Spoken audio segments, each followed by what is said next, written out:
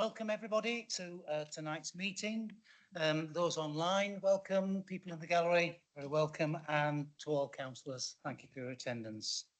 There is no intended fire drill tonight. So if there is an alarm, could we please use the stairs to the left out of the door and down? Please don't use the lifts unless, please don't use the lifts and help each other. The meeting point is on the grass opposite the fire station, and please don't come back into the building. Police station. Yes, not fire station. Yes, sorry. Downstairs, that's okay. This meeting is being recorded so that you all know that it's going out live, and please can you turn off any mobile devices and telephones? I'll put them on to silent.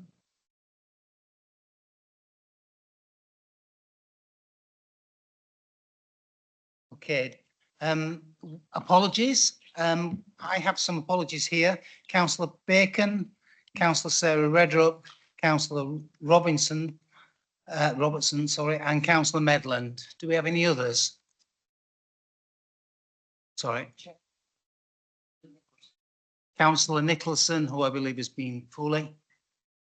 Councillor Quigley. Councillor Price is currently running late and hopes to make the meeting as soon as possible. Thank you very much.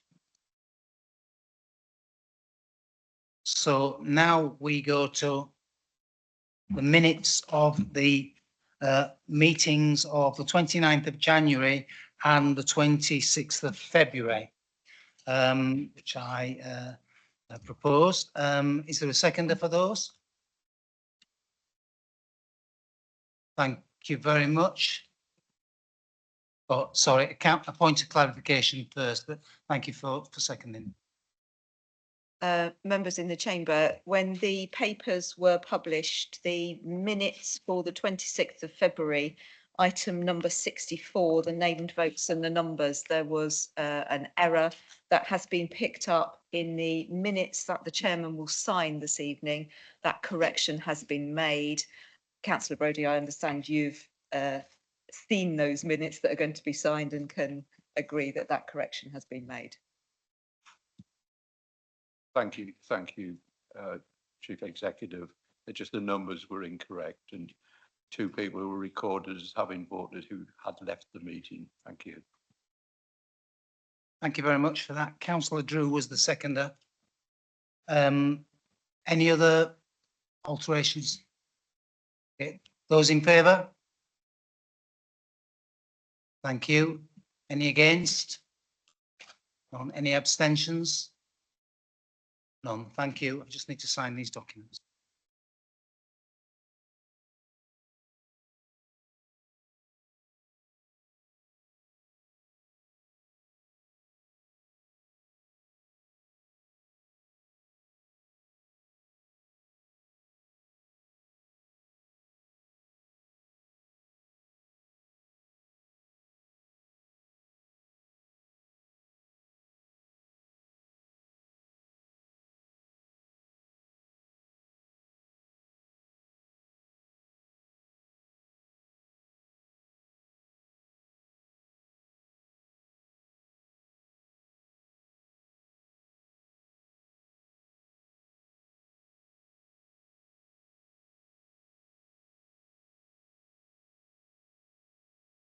That's it. Thank you.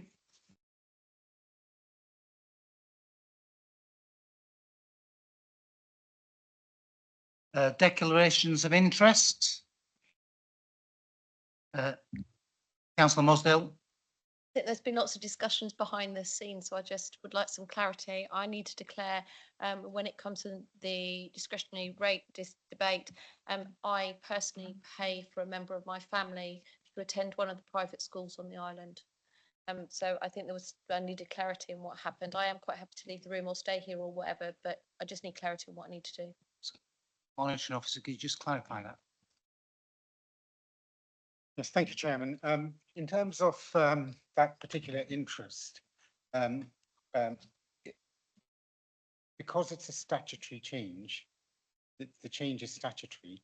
I don't take the view that it's a pecuniary interest, because we have to find a balance in allowing members to participate within their democratic mandate without blocking people from attending and being able to speak. So because it's statutory, if it was discretionary in the sense that the council had a choice what to do, then I might have taken a different view. So I think you've definitely got a personal interest that you need to declare, but I don't think it's a pecuniary interest. Yeah, thank you for So that. does the personal interest mean that I can be part of the debate or not? Yes, sorry, I should have completed my statement, but I think it's you can vote, you can participate and vote is my view. Councillor Brodie. It's clarification, Chair. I'm sorry, Mr Fernandez, I don't understand that. You said statutory. The agenda item and the decision is called discretionary rate relief policy. Therefore, it is a discretion of this council whether to impose the policy that is put before the council. So therefore, surely it is a prejudicial interest. Thank you. Yeah, Chairman, the policy is driven by statute, is my understanding, because the government is bringing forward legislation to make this a requirement. If I'm understood this right, is that a Can we just make it really easy and I just say, do you know what? I know it's hard for me to keep really, really quiet, but I'll sit here and I won't say anything and I won't vote. That makes it easier. I think morally that makes me feel better because I definitely am biased on this. Yes, Okay. Chairman, if I can just add one Thank thing. you. If you're minded to do that, Councillor, then what I suggest you do is you do leave the chamber just to be safe. Yeah, just leave the chamber so you're not part, because otherwise you're part of the meeting, but you're declaring a potentially pecuniary interest. So my advice to you was, if you're intending to do that, and it's a personal choice, then my view would be that it's best you leave the chamber for safety reasons. I'm pretty sure that I'm such a grown up that I can sit here and be quiet. I'm pretty sure of it. It's not. No one else is sure on that, aren't they? Chairman, no, it's not. It's not that. It's not that. It's not that. It's the rules require that the rules require you to leave the chamber so that there's no influence. Yeah. Thank you. Thank you. Sorry, Councillor Garrett was next. Now I'll come to you. Thank you, Chair. I will be declaring an interest. I am a private tutor. Some of my clients go to schools which are both in the state sector and in the independent sector. I thought very carefully about this. I think there would be a perception that any decision I would make might be influenced in either direction. And as such, I will therefore not take part in the debate or vote, and I will leave the chamber. So if Councillor Modsdale wants to come and join me, and we'll nip out for a quick glass of something non-alcoholic. Cup of tea might be better, I think. Councillor Jarman. Thank you, Chair. Just declaring an interest under agenda item 9B, which is the submitted motion by Councillor Andre as a member of the judiciary. It quotes the judiciary within the motion itself. Thank you very much for that. Councillor Fuller. Apologies, Chairman. I was worried that you couldn't hear my voice. I have to declare a non-prejudicial interest in the judiciary as well, as I am a magistrate and I sit on the youth panel. So it does have an impact upon me. Thank you. But I don't think it takes away my right to vote. Chairman, Just a second, we'll have some clarity again. just so we're clear, I don't believe that that's a pecuniary interest. Yeah. So, but what you are declaring is a personal interest, which will be recorded. But as a result of declaring the personal interest, you can stay in the chamber, vote, participate. So I don't think, yeah. Just to be, it is a personal non-pecuniary interest, to be very, very specific about that one. So thank you for the clarifications. Any others? Okay, right. Thank you very much. So we now move on to public question times. Now, we haven't had any written questions, although we did have a question that came in written after the time from the Youth Council. And Ethan or Naomi, would you like to? Ethan, would you like to present your question, please?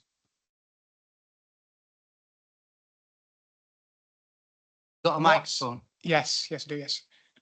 What is the council doing to promote participation and ensure that our democratic process is accessible to young people? Thank you very much, Ethan. Who's taking that one?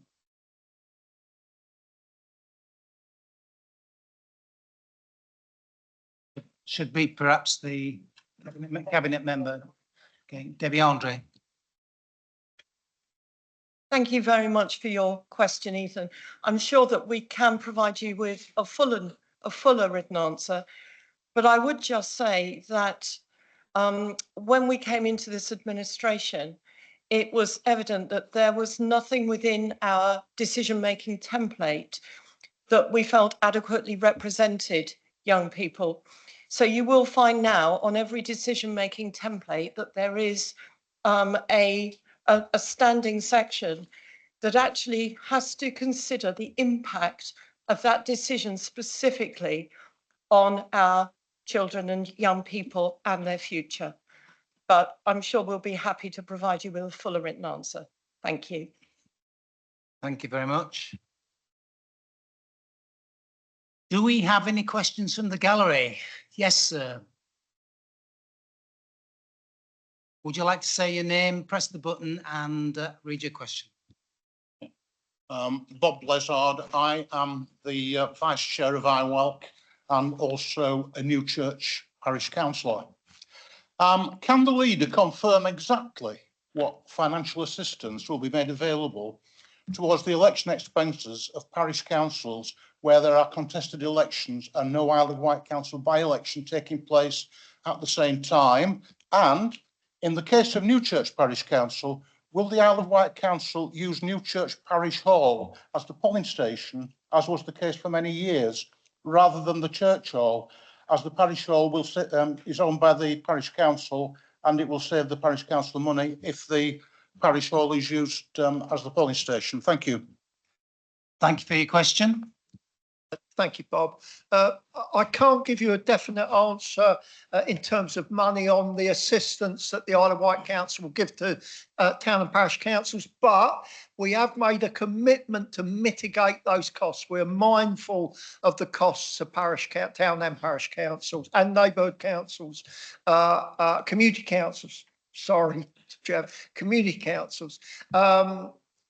We're mindful of those costs and we will do all that we can. We've identified some areas where we can mitigate some of the costs, but I can't give you a direct figure at this time, Bob. As soon as we do, we'll convey that to the town and parishes or via IWalk and the community council as well. In terms of the hall you're talking about, we'll look at that, Bob, and see if we can do that. We'll the chief executive just confirmed that is something within our remit and powers to look at. So we'll take that as a suggestion from your parish council and see what we can do to help you, Bob. Thank you very much. Do we have any more questions? I don't see any hands showing. Thank you very much for your questions.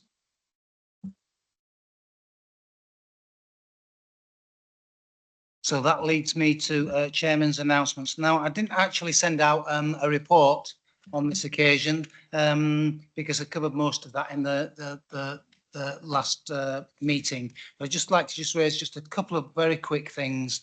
So just a reminder that the 1st of May elections for the community, town and parish council elections, the closing date for nominations to stand to be elected is the 2nd of April by 4 p.m. So I just wanted to remind people that that's when nominations need to be in. I need to also acknowledge that tonight is actually quite a historic meeting, really. This is the last time that we will be meeting as a cabinet-led system, moving forward into the committee system. So we've got a very full agenda tonight, as you've seen. So we need to try and progress as timely as we can, bearing in mind that with the motions, if the motions are carried over and not dealt with tonight, they'll be dealt with in July.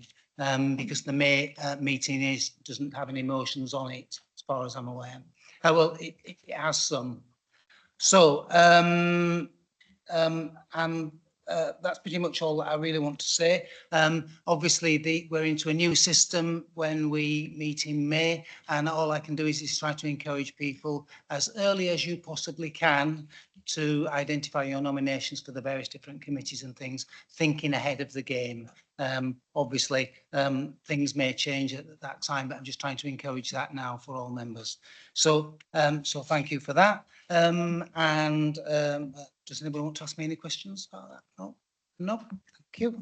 So leaders update report, and over to you, Councillor Jordan. Thank you, Chair. Well, again, as usual, I won't take your time up with it. It's there for you to read, digest and enjoy, and I'll take any questions or comments on it. Thank you, Chair. Thank you. Councillor Stewart. Thank you, Leader. I read that carefully and I was very pleased to hear of some of the things that were happening within the council. If I could just ask you specifically, you mentioned under paragraph 3, the billing exercise council tax and business rates. We all know that the second homes premium is coming in as from April. And I just wondered if you could comment at all on how the identification of those second homes is progressing, how you're going to check that second homes are actually properly registered, and how we pursue collection against any necessary avoidance of that particular taxation. Thank you.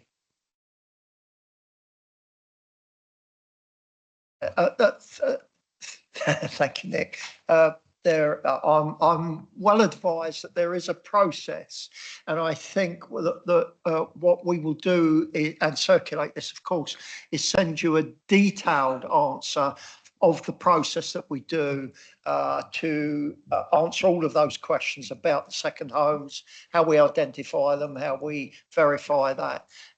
I get a monthly report on the numbers of empty homes, but there is a process behind how we do that. I know on empty properties, it's not quite the same thing.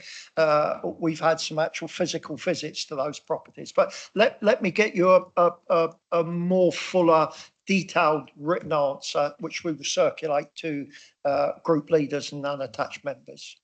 Thank you. Thank you, Chair. Any other questions? Councillor Lilley.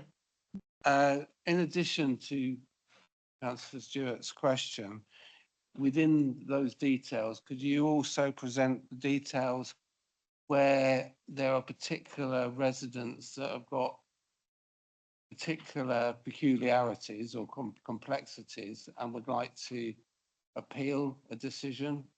I have been contacted by residents who've had their relations die and they're living between two homes in that time, and they have actually already got a bill for a second home, and they wanted to know how do they make representation. Thank you, Michael. We'll deal with that out of this meeting. It may even be the same instance, but I had information of a very similar case, maybe the same case, which we will deal with. So we'll take the outside meeting and deal with that. That's obviously not the intent of the process that we all agreed on in the council, full council. Any more questions? All done. Thank you very much.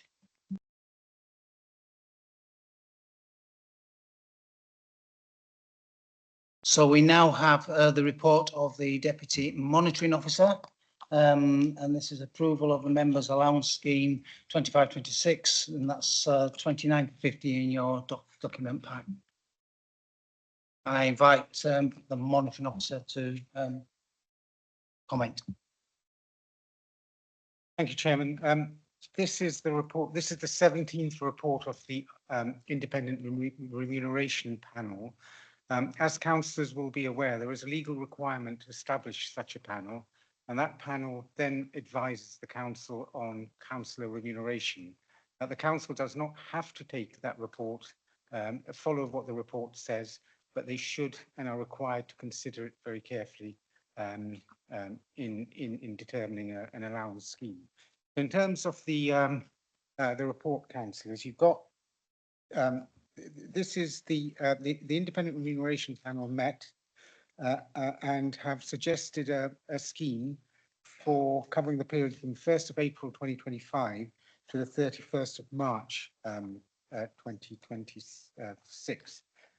The remuneration panel conducted the review and broadly, I mean, all the information is in the report, but broadly the remuneration panel didn't feel that they had enough information because of the change in governance systems for them to be able to assess a scheme with any level of precision. So this is an interim report from the IRP, and they are then shortly in the autumn going to commence another fuller review. So in terms of this report, the IRP have suggested minimal changes in terms of the member allowances. The member allowances, the basic allowance stays the same apart from a indexation type increase. And what the IRP have suggested is that the SRAs for chairs and vice chairs of the new committees should be the same level as the chair and vice chairs of the current planning committee. So they've aligned it to the planning committee. They've also suggested a slight reduction in the leader, deputy leader allowance in the new system. They've not suggested any changes to the current cabinet allowances. So you've got the report in front of you. The scheme is attached as an appendix to the IRP report, and the officer recommendation is that you accept the recommendations from the IRP. It's a matter for members to discuss, debate and decide. Thank you. Thank you, Chairman. So I just need to, before we go to questions, just need to get a seconder on this. Someone's prepared to second it. Thank you. Councillor Quirk. And then over to questions. Councillor Brody. Yeah, Chair, it's always difficult, this issue, because we're voting on something that is our advantage and we have a dispensation to do so. It's always been my practice to just support or abstain. But just a couple of comments. Well, one significant comment. One of the benefits of the change to the committee system that we're saving money, because there will no longer be up to 10 cabinet members. There will only be 5 service committee chairs. We will also have reduced SRAs compared to cabinet members. It's a shame that we didn't have a comparable total figure, and I didn't have time to do that. But I would imagine we probably saved the best part of £100,000. You know what I mean? Don't hold me to that figure, but if you totted it up, probably the best part of that. It's probably not that much, 75 maybe. But I mean, that's a benefit of it. But I mean, it's up to members really. It's interesting that some people vote against it every year and then take the SRA, which I think is a hypocrisy of the highest order. But I will certainly be voting for it on the basis that, frankly, the only way you're going to encourage people to do this sort of role, and I'm giving it up as soon as I possibly can, is by giving them some form of allowance, particularly those of working age, and particularly those who are working for people rather than being self-employed or running their own businesses, etc. Thank you, Chair. Thank you very much. There's some very good points made there. Thank you. Anybody else would like to comment? Councillor Jarman. I get forward notice of this to the Director of Corporate Services earlier, and I think the Deputy Monitoring Officers also had sight of it. And this is to do with the administrative mechanism of the scheme. The Isle of Wight Council treats the whole of the members' allowance as salary, including the travel allowances. This results in the deduction by Isle of Wight Council of tax and Class 1 national insurance on the whole. Many members are unaware of the mechanism for ensuring correction of that tax and national insurance amounts that are withheld. So the question is, will the Director of Corporate Services agree to circulate an advice to all present and future members that they are entitled to claim taxable deduction of actual on-island travel and other members' related expenses and a refund of national insurance contributions or adjustment of the same? The former deduction of actual on-island travel and other member expenses can be reclaimed through their tax returns, and the national insurance claim through the new government website, to which I've provided the Director of Corporate Services a link. Thank you. Thank you. That seems quite a reasonable request to circulate some guidance. Yeah, I'm gonna take that away. Just so I can clarify this, because I've had sight of the correspondence. Just to be clear that the Director of Corporate Services will be circulating information. What the Director of Corporate Services can't do is advise members, because that would be it's beyond our remit. So no advice, just information about what members can pursue with HMRC. Thank you, Chairman. Yes, Chair, sorry to clarify that, and I wouldn't expect members to go back to the Director of Corporate Services seeking tax advice at all. Thank you very much. Any more questions? Okay, no more questions. So we have to move to the vote then on this one. All those in favour, please show. Would you like to count, please? Is everybody there? Yeah, thank you. We'll just check. Anybody against? One against. Abstentions? One. Okay. Thank you very much.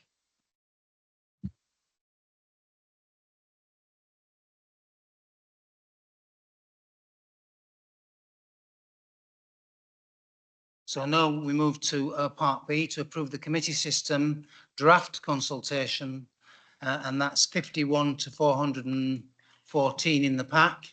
And again, we go to our senior governance advisor, Francis, for. Oh, sorry. Yes, I should go to Councillor Garrett. Just Councillor Garrett. My apologies. Thank you, Chair. As you remarked earlier, this is a historic meeting in that it is the last meeting, unless there is a surprise extraordinary meeting, and who knows with this council whether or not we might have that. Please don't. But it is a historic occasion, and this is a process that started almost 2 years ago with our colleague Councillor Brodie, who has been consistent throughout in advocating for a committee system. 2 years ago, thereabouts, we chose to look into that pathway. A year ago, thereabouts, we chose to make that historic move to a committee system, a modern committee system, away from the cabinet system. And you have before you a draft, and I emphasise a draft constitution. Its final adoption, of course, will be on May the 21st, if I have that date right, which is the annual council at which statute says everything comes into play.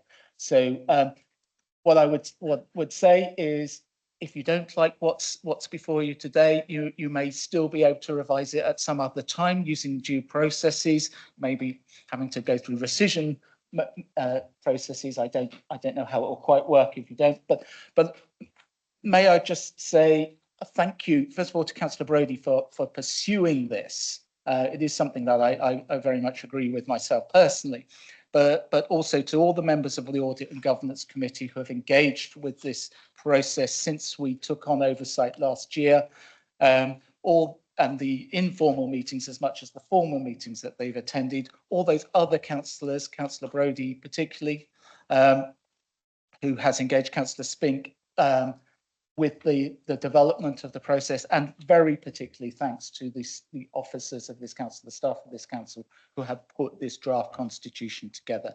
It is not perfect. We know it is not perfect. It will evolve. And part of understanding that it will evolve, we are recommending that there is a 6-month review which looks at that. Of course, full council could at any point change its mind on anything subject to the overarching need to remain within a committee system for the next 4 or 5 years. It is welcome to see that there are a number of amendments coming forward. That shows that, colleagues, you have engaged with this weighty tone. It has, for example, 215 mentions of the monitoring officer within it. Sorry, Francis.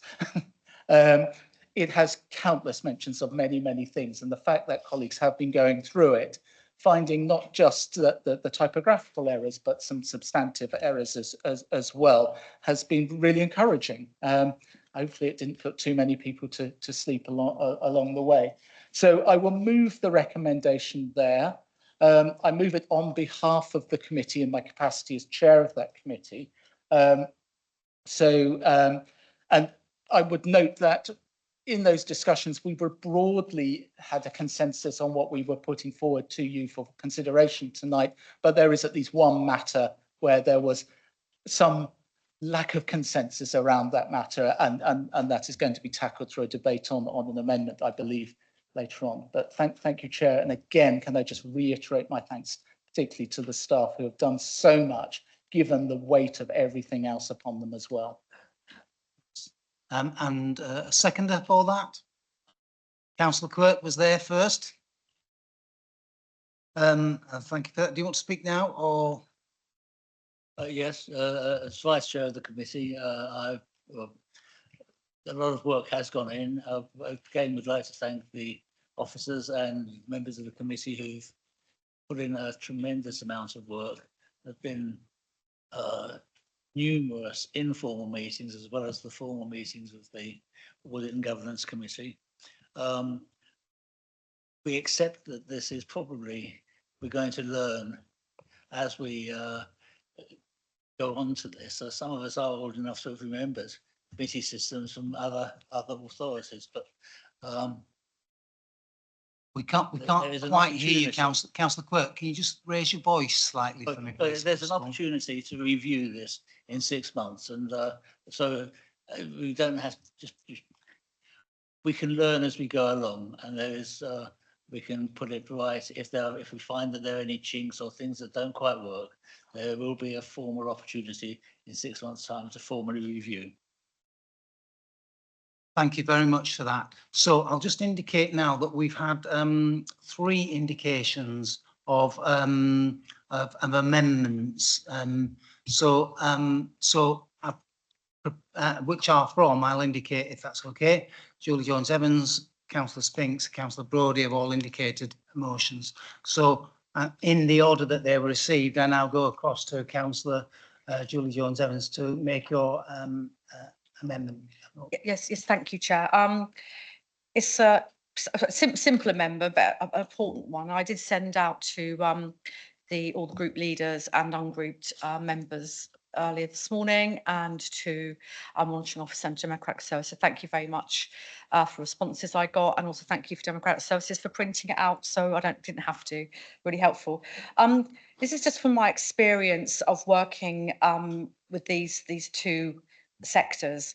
Now, you recall back in 2023, we had huge cuts to the Regen Directorate. In fact, we don't have a Regen Directorate anymore, and we had about 11 team members went, and there was also some further cuts to the libraries and heritage team. In fact, they're under 1 now.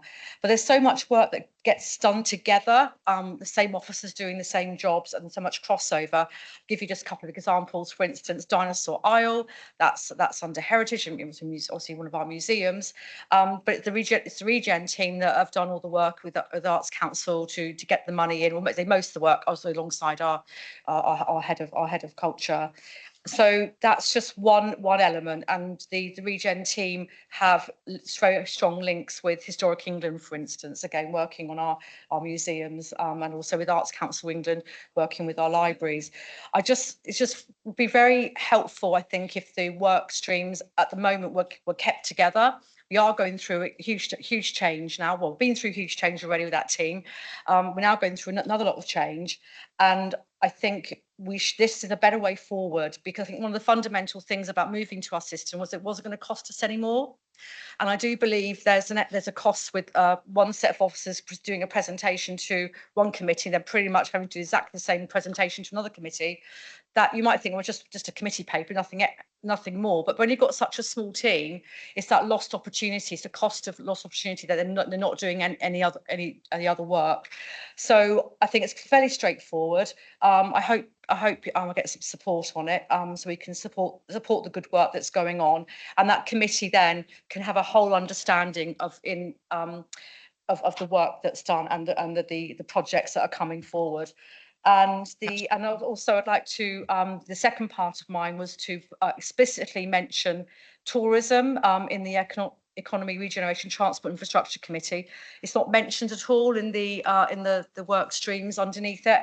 And I think given it is so important to Ireland, I really think it should have just one line inserted, if that's okay. So I look for a seconder for my amendment, if that's all right. Can I just ask you to read out the motions, the two sections specifically, please, for those? Yes, I can. Yes, so it's the proposed amendment to item 6B, approval of committee system. From me, Councillor Julie Jones-Evans, it refers to sections 3.33 and section 3.34, where it describes the committees. So I want to move the responsibility for leisure, libraries and culture to the Economy and Regeneration, Transport and Infrastructure Committee's matters from the Environment and Community Protection Committee.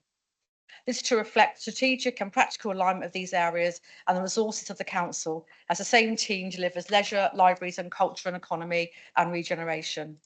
Furthermore, to explicitly add to the matters for Economy, Regeneration, Transport and Infrastructure Committee, tourism.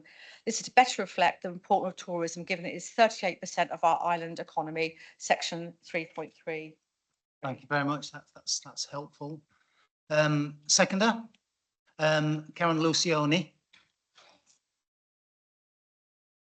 Okay. Would people like to comment? Okay. So would we like? Well, we will move straight to the vote on that one. Those in favour?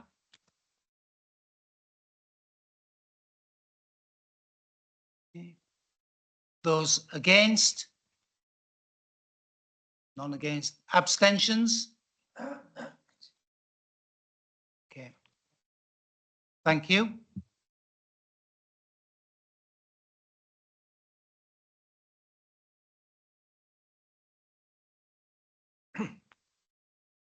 The amendment that I'm seeking is the change, I'm afraid, from my written draft as a result of speaking to the monitoring officer just before the meeting. And so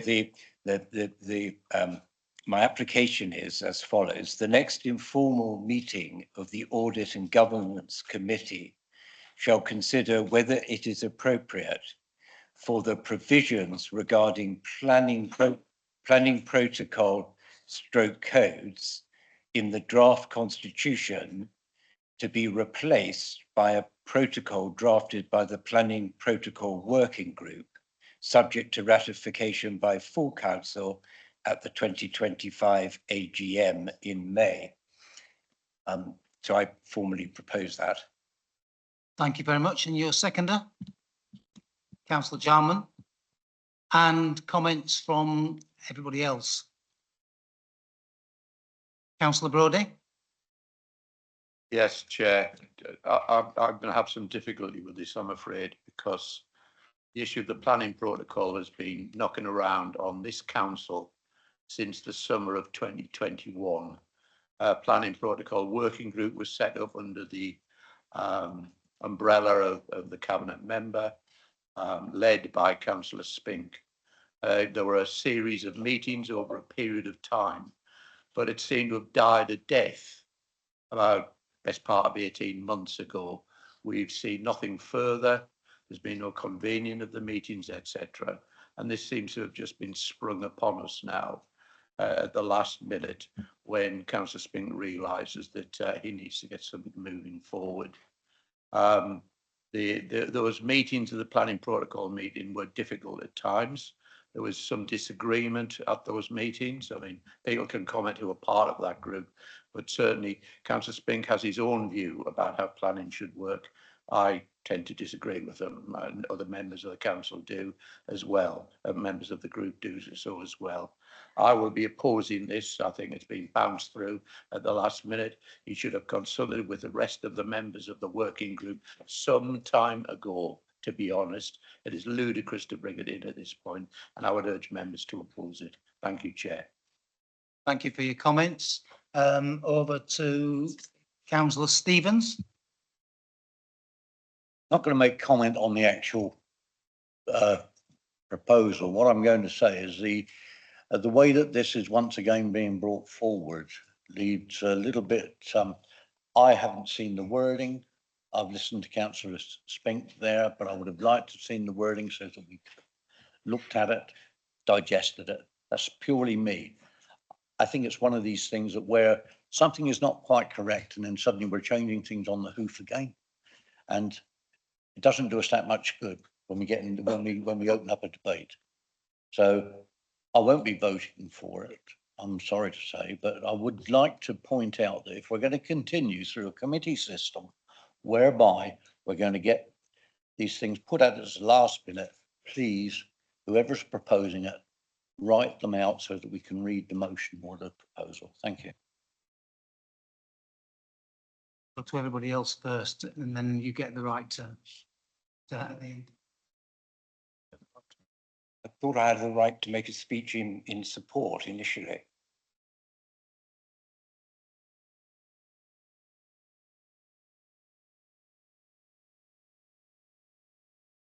Well, I took it that that's what you were doing at the beginning. So, Yes, and then I asked for a seconder, yeah, and I would have liked to have, but we just moved straight into questions.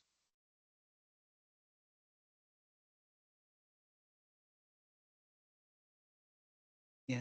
And that was my feeling, that when you were speaking, you should have spoken then about, you should have continued speaking. That was your session at the beginning. I don't recall ever coming back to that point, but you do still have your rights to sum up at the end. Okay. Sorry, Councillor Fuller. Thank you very much for that, Chairman. Yeah, the last, you know, I had an overview on the planning protocols working group, and there was some very, very interesting discussions. Not everybody was in agreement, but we did look at some, or I know the working group did look at issues, thrash a few out, and I know at the end of October 2022. We understood that a decision was going to be looked at by the planning committee, because I think the planning committee's involvement with the processes and the protocols was quite important. I'll refer you to an email that was sent on the 21st of October, where Councillor Spink said the planning protocol working group, which has been appointed to review the planning protocol code of conduct of the Constitution, is making good progress. That was back in October 2022. It's then seemed to go quite quiet towards 2022, 2023, and no action was taken. I think what was disappointing from my perspective is the fact that no progress seemed to be made. I would have loved to have seen that working group coming together with some firm decisions, having those decisions debated and being looked at finally by the planning committee. I also know that audit also looked at a lot of the issues concerning planning and improving what we had within the Constitution at that time. Unfortunately, I don't think there was very much progress on that there. Jeff will correct me if I'm wrong, but I didn't see the progress that perhaps we needed. Again, I could have gotten more involved than I did. However, I wanted to leave it to members of the planning committee to decide how the planning committee should proceed. And that was why I took more of a back seat. But again, if this is going to be looked at again in July, where have we been for the last 2-3 years? Yes, I'm like Jeff on this. I feel that we've been running around in circles and getting nowhere fast. So I cannot support it. Thank you. Thank you very much. Councillor Garrett. Thank you, Chair. But first of all, could I just be reminded of the opening part of the amendment? My apologies for the fact that it's not in writing. It was in writing until I received further advice from Mr. Fernandez at the beginning of the meeting. What it says is, the next informal meeting of the Audit and Government Committee shall consider whether it is appropriate for the provisions regarding planning protocol and codes in the draft constitution to be replaced by a protocol drafted by the Planning Protocol Working Group, subject to ratification by full council at the AGM in May. I'm grateful to Councillor Spink, Chair, yourself for allowing that. My feeling on this is that I don't think it's necessary for informal audit and governance to go through this process. I think it could be done by just reconvening those members of the planning protocol group to restart their work.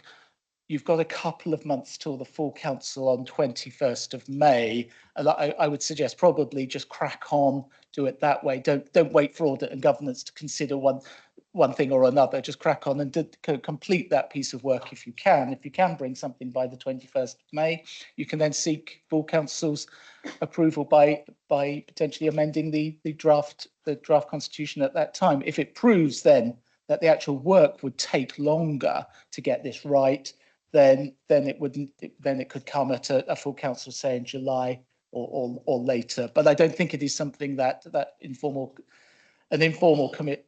meeting of the Audit and Governance Committee needs to be asked to do. Notwithstanding that, I'm very happy as chair of that committee up until at least 21st of May to give consideration as to how to advance what I believe Councillor Spink wants to achieve. Chair, I appreciate it may save time. I'd be very content to accept Councillor Garrett's proposal. It was only thought better to go to audit and governance. I did raise this at the last meeting of ordinance and governance, but I'd be very happy to accept that, to reconvene the planning protocol group. Although it's true, and it's partly my fault, I accept that and apologise that it hasn't been completed. It's not very far from completion. So I would be happy to accept the suggestion put forward by Councillor Garrett. So are you saying that you're withdrawing your motion at this point? Yes, subject to the monitoring officer approving that course. Okay. We'll just, would you like to answer that, please? Thank you, Chairman. I mean, there's a couple of ways you can do this. You can either accept that as an alteration to your motion, which is basically, it doesn't, because your motion is suggesting that the matter goes to the informal Audit and Governance Committee. And you've heard what Councillor Garrett, the chair of that committee, has said. Now, if you're looking to make an alteration to that and say, well, fine, you know, your motion to be voted on is the one that your changes to the protocol go directly to full council. If that's what you want to put to the council as an alteration, you accept that, then that's fine. Could I just ask clarification on that? It doesn't seem to me that I need a motion if I can simply reconvene the planning protocol group, go, hopefully they can reconvene. There isn't that much work to do. We were close to completing. All right. I can submit it in advance of the full council meeting in May. Okay, so I think that's my motion and intend to proceed in that way. okay. Thank you very much for that. I think that's clear as that. So that's now withdrawn. So, Councillor, you did have something to say. Would you like to? I would just like to say that going back to, I think, 2021, it was clearly stated by the monitoring officer at that time that regarding planning and obviously our constitution before this new constitution was there were elements that were out of sync with the law. and it was part of there was an urgent need at the time that was communicated by the monitoring officer to actually rectify that.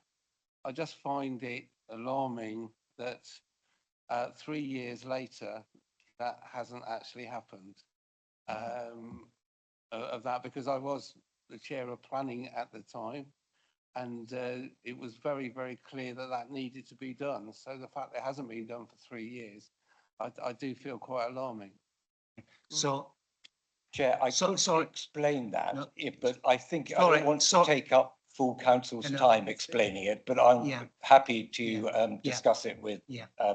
councillor I get Lilley. that. It's been withdrawn, so thank you very much.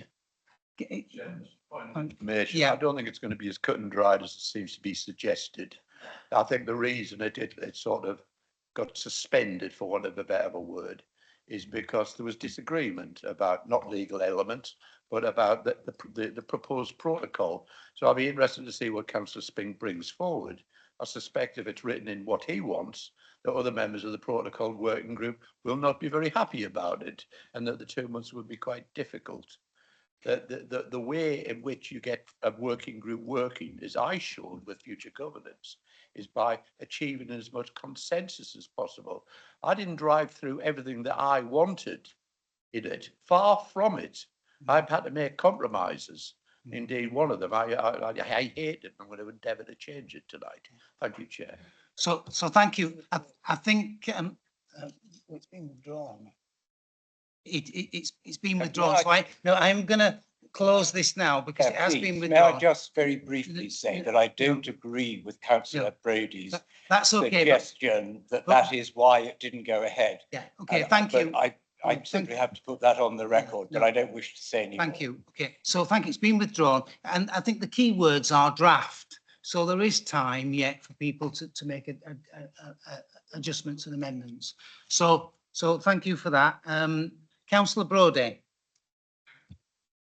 Sorry, thank you, Chair. Yes, I've got 3 amendments. Sorry about that, but I think they're all important. And can I just say, I think that some fantastic work has been done on this, and I thank everybody involved. I thank Councillor Garrett, who has consistently been supportive of this change. And I particularly thank Councillor Mosdell when she was leader of the Conservative group, because I think without them, I don't think I would have got this through. So thank you to Councillor Mosdell and her colleagues there.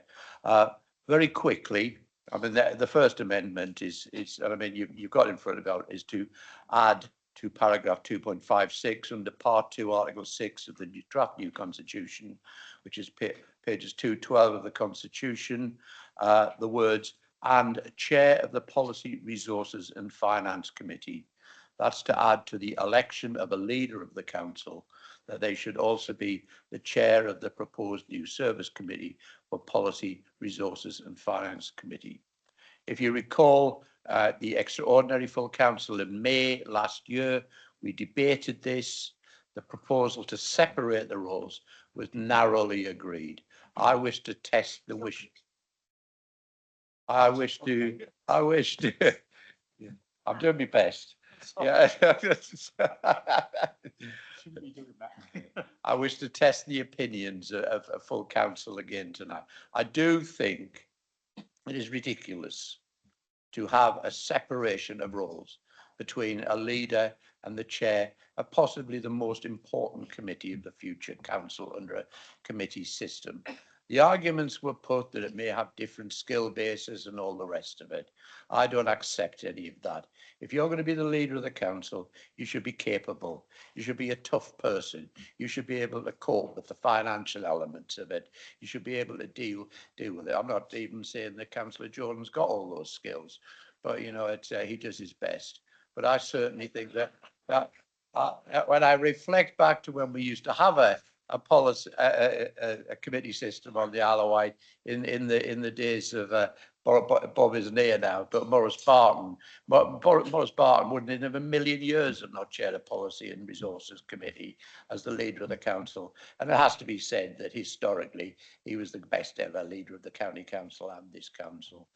You know, a lot of us may politically have had differences with him, but he certainly made a mark on this island. Thank you, Chair. I hope people will support this. Let's test it again, and let's have some common sense about the leadership on this council. Thank you, Chair. And your seconder, I can see a hand has gone up. Councillor Mosdale. Everybody's getting ahead of themselves tonight. Councillor Mosdale seconded. Would you like to speak now or reserve the right? Reserve the right, okay. And questions, I can see that Councillor Churchman is, so can I just ask, do you accept that? Would you accept that into the motion? I'd love to accept it, but I move as chair of the Audit and Governance Committee, and I don't think I could act individually on their behalf. Yes. Okay. Even though I will be speaking in favour of it. Yeah, yeah, I'm quite happy to test. I just thought I'd just better ask that question. So Councillor Churchman was first. I disagree with Councillor Brodie. I think the best person should be picked to do the job.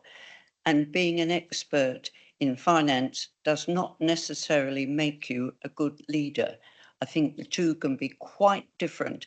If we go back to when Councillor Stewart ran the council, we had an excellent finance cabinet member who had no desire to be leader whatsoever, but he was brilliant when it came to the figures.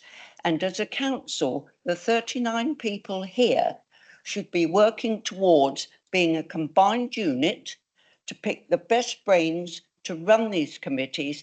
Then we will get real progress. Thank you, Chair. Thank you, Councillor. Councillor Stevens. Thank you. In my role as I am today, and I won't be in May, that's poetry for you. What I would say is that going back even prior to the previous Conservative administrations, we had leaders who did take forward resources, not just finances, resources, about the assets, about everything that they get a rounded experience. It's not just number crunching. We've got the experts, such as our Section 151 officer, who should be crunching the numbers and bringing things forward, and they do it very, very well. We've got a good team to back up the membership, and that's across the council. So we don't need whiz kids with a streamlined abacus to actually take us through into future projects and moulding this council the way it should be. What we need is someone who's got a handle on everything and on most things to guide the council through, and that includes the financial aspects as well as the resources aspect, as well as assets, etc. And so I think that what we need to do is bring it back to one. I totally agree with Councillor Brodie. It always was, and to me, it always should be. Thank you. Okay, so Councillor Mosdale is asking for a right to reply. Thank- Sorry, I meant speak for 5 minutes. Yeah, thank you. And don't worry, I'm not going to speak for 5 minutes. So the reason I second this is actually not talking about the past, it's about talking about the future. We all understand that we're moving towards devolution, whether we like it or not. I won't give my personal opinion here, but most people know it. I think actually this is really important. This becomes a single role. And the reason it needs to become a single role is everything the current leader of the council has told us, that if we move towards devolution, the leader of the council would have a seat at the table with the chief executive, and equal right at that table with Southampton, Portsmouth, and what will be the new unitary authority of Hampshire. So the leader does have to be able to chair the finance committee, because they will be in a room discussing with the mayor if this comes off, and they need to have a complete overview of how this council's run. They do need to be the strongest person in the council, but they do need to be able to sit at that table and discuss the most important issues that will be affecting us, which will be finance, We know we're heading towards a fair funding review where this council, I keep reiterating it, is actually not being registered as having the levels of deprivation that we do, and the fair funding review will be set with the level of deprivation. So we have got an awful lot to fight for. So I do think that this role, the direction of trajectory that we are going, needs to be a combined role now. Thank you. Thank you, Councillor. Councillor Jarman. Yes, it's sorry that we have to go back a whole year and re-debate what we debated before, but I'll reiterate, I know that we're entitled to do that, and the 6 months rule enables that to be done. It means it opens the possibility of many other issues being raised over the next 2 months, which I thought had already been put to bed ahead of the new constitution decision. But on this topic, I think there are 4 issues, and I'll recall them. The first one was the workload. There's been some references to that this evening. We accept that at this time as a council, we need a very strong leader. We are in the process of talking about local government reorganisation and about devolution and about other ministerial opportunities that may emerge. And I fully anticipate that that will be a role in itself, a very demanding role, both of the individual and of their time.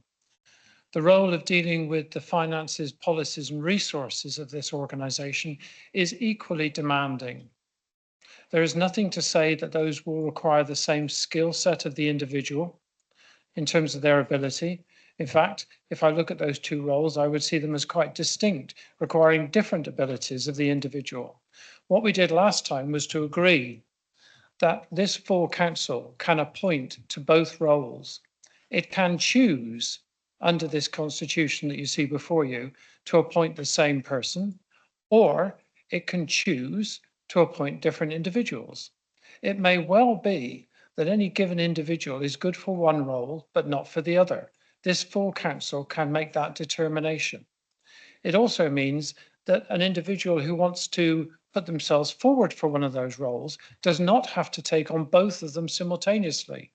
I can imagine many situations where somebody would have the aptitude and the ability and the time to do one of those roles, but not both simultaneously. And they should not be dissuaded from putting themselves forward simply because they cannot take on the liability of both roles at the same time. So there are very good reasons why this council came to its determination before. I think those reasons stand today. And I think we should stay with where we are, stay with the draft constitution, separate the roles and allow this full council to decide who it puts into those 2 roles. If it chooses the same individual, so be it. But to take away that opportunity is a retrograde step. Thank you. Thank you for your comments. Councillor Garrett. Thank you, Chair. I'm sure colleagues are already looking at page 104 of the 103 of the pack and section 3.28 of the draft constitution, setting out the matters reserved to the Policy, Finance and Resources Committee. They go vastly beyond just coordinating the development of a budget and having an oversight of that. And I think that what we're coming down to is the difference between the development of a budget, which might be what would have been in the hands of a cabinet member, and the coordination of the development of a budget, which is coordinated by the chair with a workload. If I could pick up Councillor, I think it was Jarman's comment about workload shared with a vice chair and with committee colleagues. But I think what is most important, and this is the position I took last year as well on that vote, was that the person who is leading for you on policy, there must be consistency and clarity and certainty around that. So I find myself very much aligned with Councillor Mosdell on this. And I would suggest actually to use an economist, if I may, I think it was John Maynard Keynes who said, when the facts change, you change your mind. The facts have changed since last summer. Anybody who's thinking of shifting their position from last summer to now to bring these 2 roles back together need only to have listened to Councillor Mosdell's fine points around the fact that we are in intense period of negotiation with government around a massive change in not just policy, but in governance overarching us as well. And that's going to need a person where you are absolutely certain that the chair of your committee who is steering that policy is the same person as who speaks for the council given the remit given to them as leader of the council. So I very much be supporting Councillor Brodie's amendment tonight for those reasons. Thank you very much. Councillor Jones-Evans? Thank you, Chair. Yes, I'm happy to support Councillor Brodie. In fact, I took a special time to go and speak to him this evening, so I would support him because to echo what Councillor Mosdell said, it has been worrying me that our leader going forward on the Combined Authority Board would not have the same amount of, I'll use the word power loosely for want of a better word, but also represent us totally in that forum. It's really, really important given that those other councils at the moment are a cabinet, strong cabinet role, a cabinet leader-led constitution. I just think it would put us at a disadvantage. And I really think at this point we need to have every advantage going, and that's why I'm supporting it. I also understand that in the model, sort of the model that we've taken up, constitution, which is used, the committee ones used sort of around the country, that these roles are the same. So I don't think this is the time to go rogue. I think it's exactly the time to have a steady ship, especially given what devolution, which, as Councillor Moore said, this is happening. You know, it's not an option. And I agree with what Councillor Garrett said as well. So apologies for agreeing with everybody, but I put my hand up before they all spoke. So thank you. Thank you very much. Councillor Stewart? Thank you, Chair. First of all, can I express my irritation at my colleague, Councillor Garrett? He stole my quote. However, can I just add one thing which I think Councillor Jarman may not quite have thought through, in that we are talking of different roles. Officers of the council are our specialists, our brains, the people who support the policies and procedures that us as councillors develop. And we have a very separate, and as I've discovered over the last couple of years, quite a special position. And I recognise the expertise around me, even if I don't always agree with it. So I would like you to remember that the leader has to be able to represent us in the forum that we have discussed. And it is important that they have the power and the authority to do so, which will be given to them by the other 38 councillors. So, Councillor Brodie, I fully support this. Thank you very much. Seems to be, of course. Thank you. I'd just like to say that I would, I'm against this motion, and I pick up on the point, if I may, of Councillor Churchman, that the two roles are quite distinct, it seems to me, and that the ability, as Councillor Churchman has pointed out, to be good at finances does not necessarily apply to being good at being a leader, and vice versa. I had also thought, although I may be wrong, that the amount of representation that we will have on the combined strategic authority had not yet been decided, and that there is a model whereby we might have two representatives, I had understood.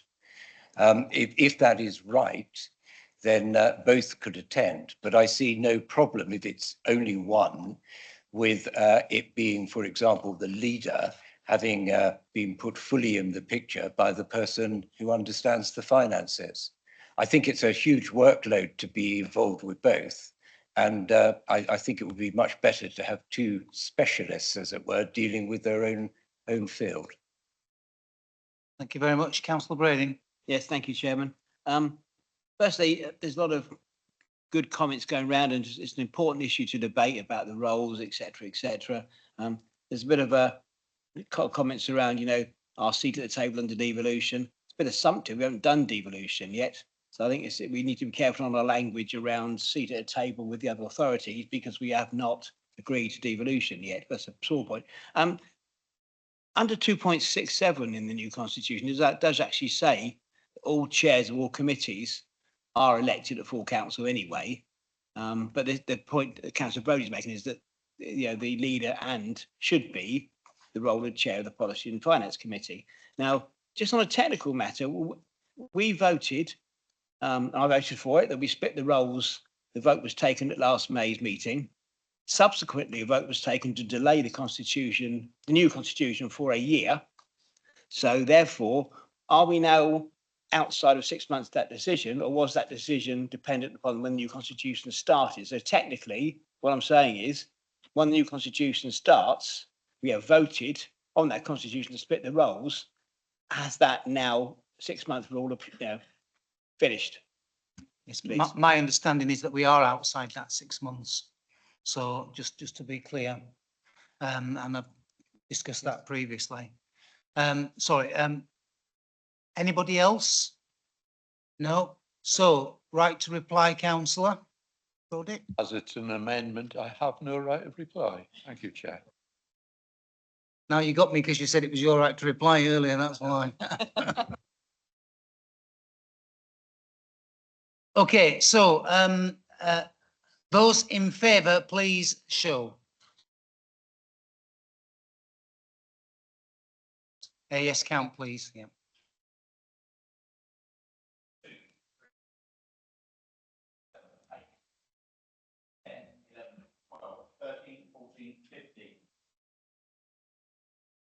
16, 17, 18, 19, 20.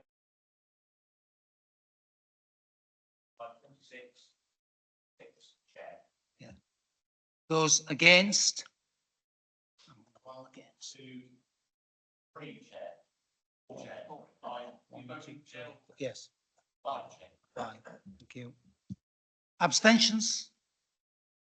1, chair. Thank you very much. So that motion is carried. So now that. Have you got 2 more? Is that right, Councillor Brody? You said at the beginning you had 3.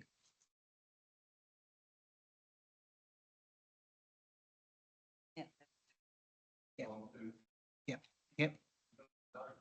Yeah, that's right. I'm just saying. Yes, of course.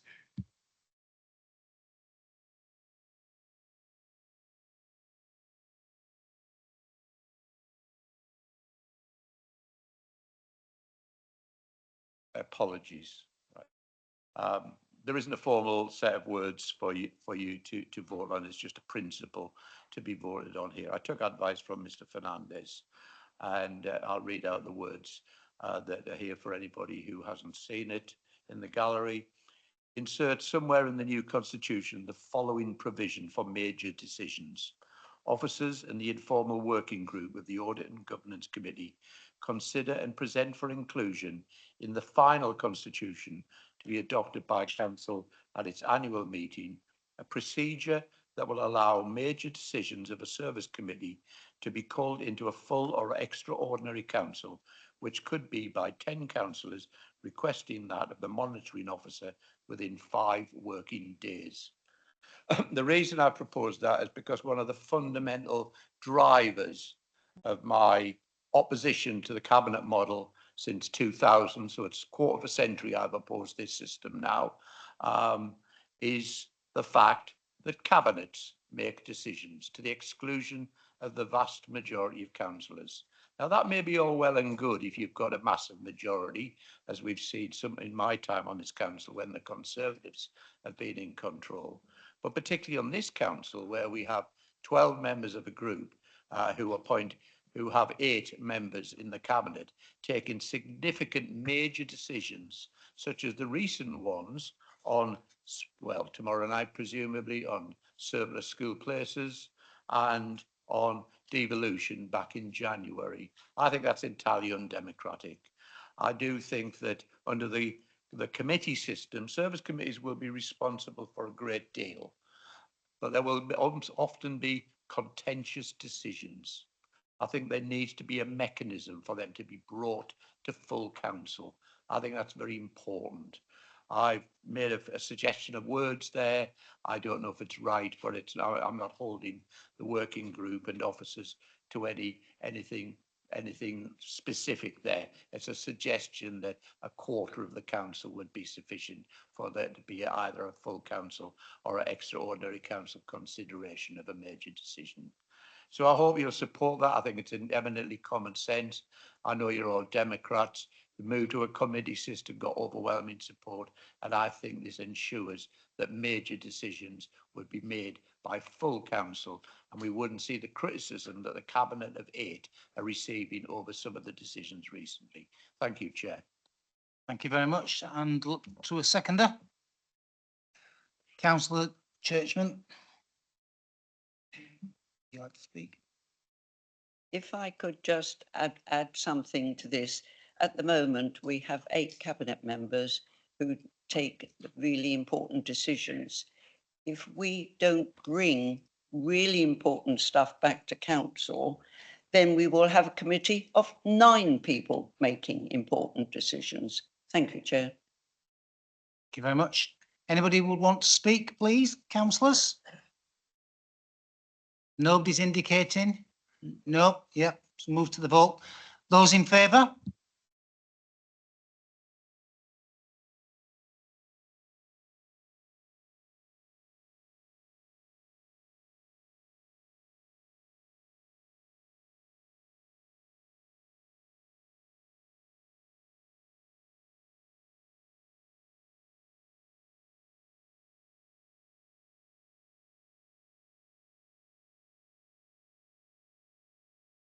Thank you very much. Those against?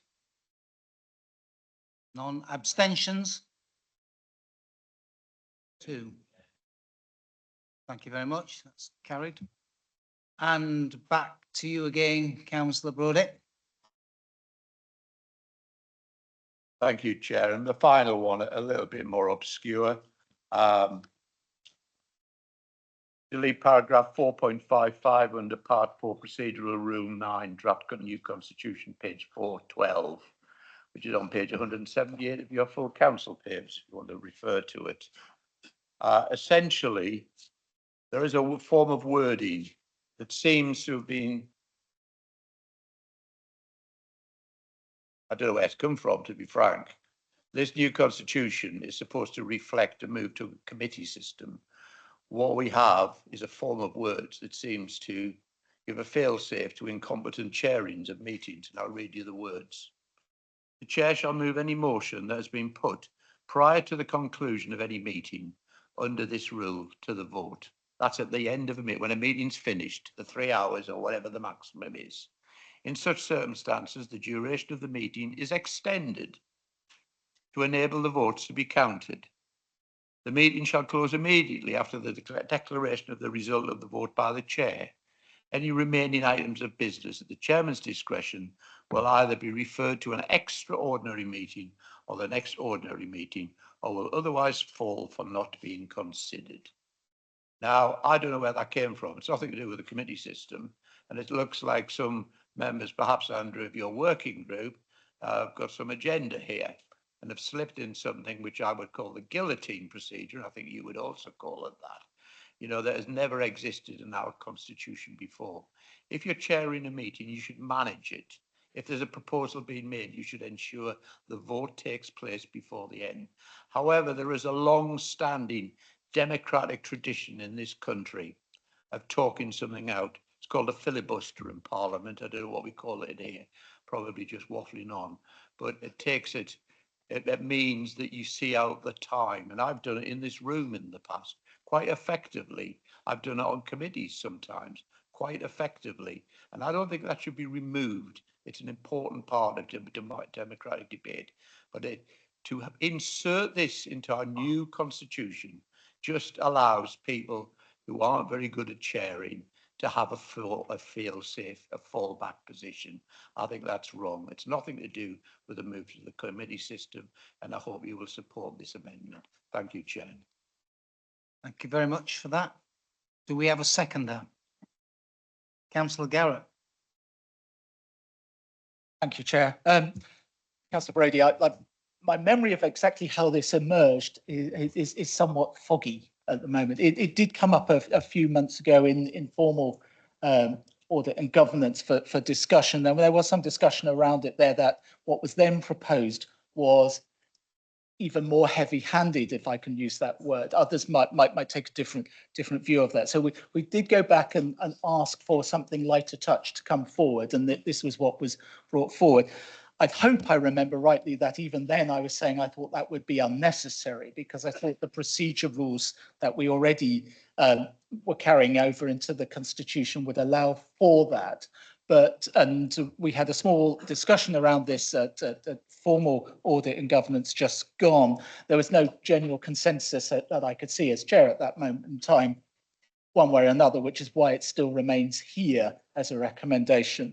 I can see its attractiveness, but I think I agree very much with Councillor Brodie. It is down to the chairing of meetings to make sure business reaches its conclusion, and for those members who are very alert to how the constitutions work, to move those procedural motions that can bring things to a vote immediately otherwise. In my time here on this council, I think we've only had one timing out, which was somewhat contentious.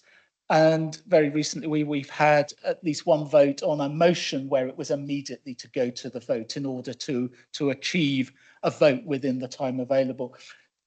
I think this is the sort of thing that we should drop at the moment, but if we feel it isn't working, that's the place where the 6-month review could say, actually, we got some off-the-shelf words that we could now insert into our constitution because we have found ourselves incapable one way or another of doing business in the time available. So that is why I continue to not be supportive of what I call a partial guillotine. Thank you, Councillor Garrett. Anybody else? Nobody else wants to speak, so we'll just go to the vote then, please. Those in favour?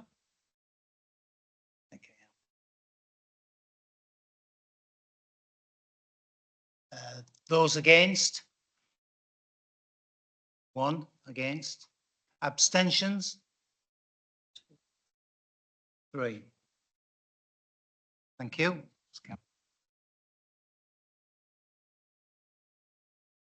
So now we come back to the substantive motion.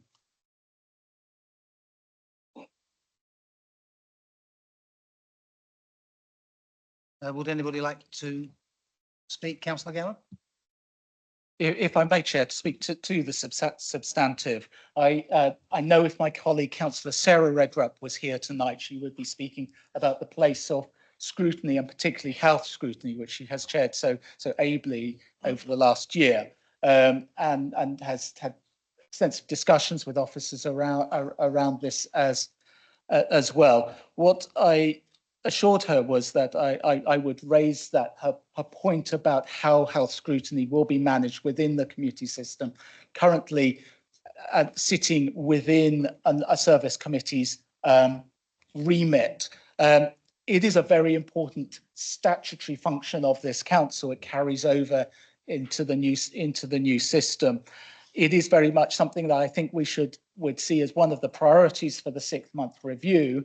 But in the meantime, and always having regard to the overarching hope that the committee system, well, the overarching aim that the committee system should be with financially deliverable within the same envelope as the cabinet scrutiny model does, that we might use, as we have done effectively through scrutiny, one way or another, task and finish groups to carry out informally some of the heavy lifting of scrutiny that won't be achievable within, say, just 1 hour of the time. So I wanted to just make sure I had done so, raise those points on behalf of Councillor Sarah Redrup, as I say.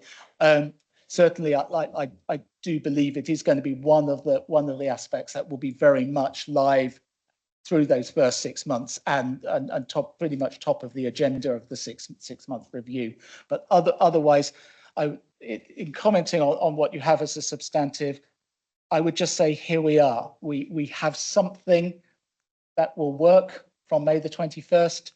It will have its moments where we will have discussion, I'm sure, about what the Constitution is actually meaning. The chair of the time, whoever that may be, who occupies your seat, Chair, whether it's yourself or another, will have to rule upon that. But I think the officers and those members who are very much engaged with it have delivered something that is fit for its purpose and is adoptable as something that can go forward to May the 21st for its formal and final adoption. Thank you, Chair. Thank you very much. And I think we move to the vote. If nobody else wants to speak, thank you. Yeah, we'll go to the vote. Those in favour, please show.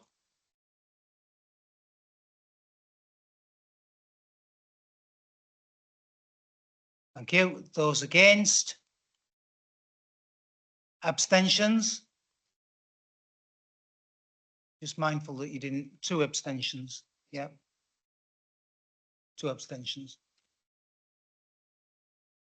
Thank you.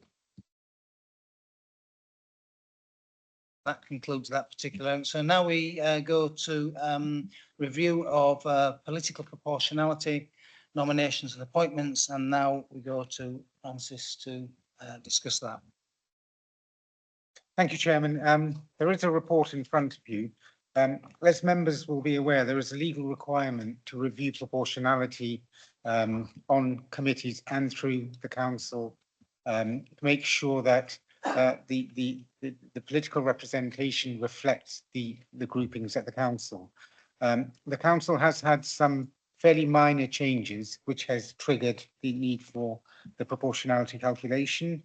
Councillor Ellis resigned from the council, which meant that the Conservative group had 1 less councillor.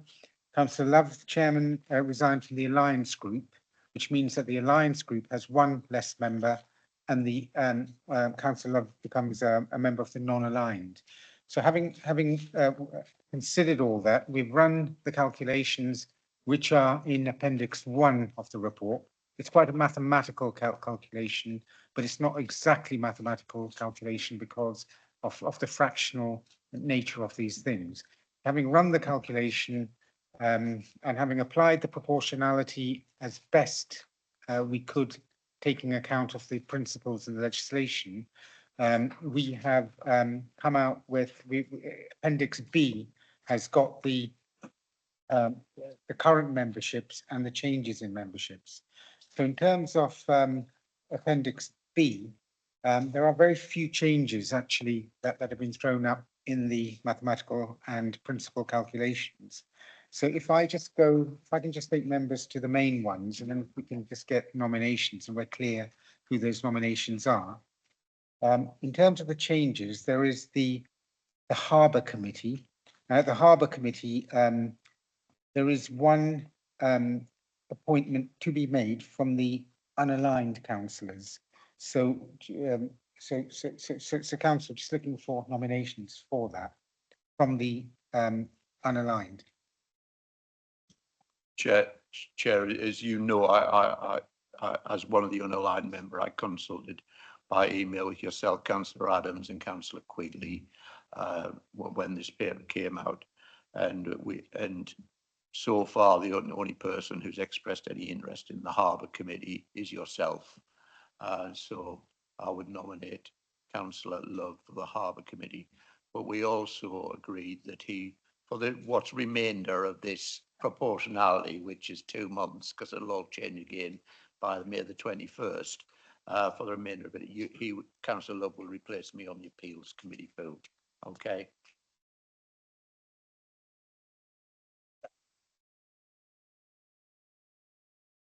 Second. We need a second for that.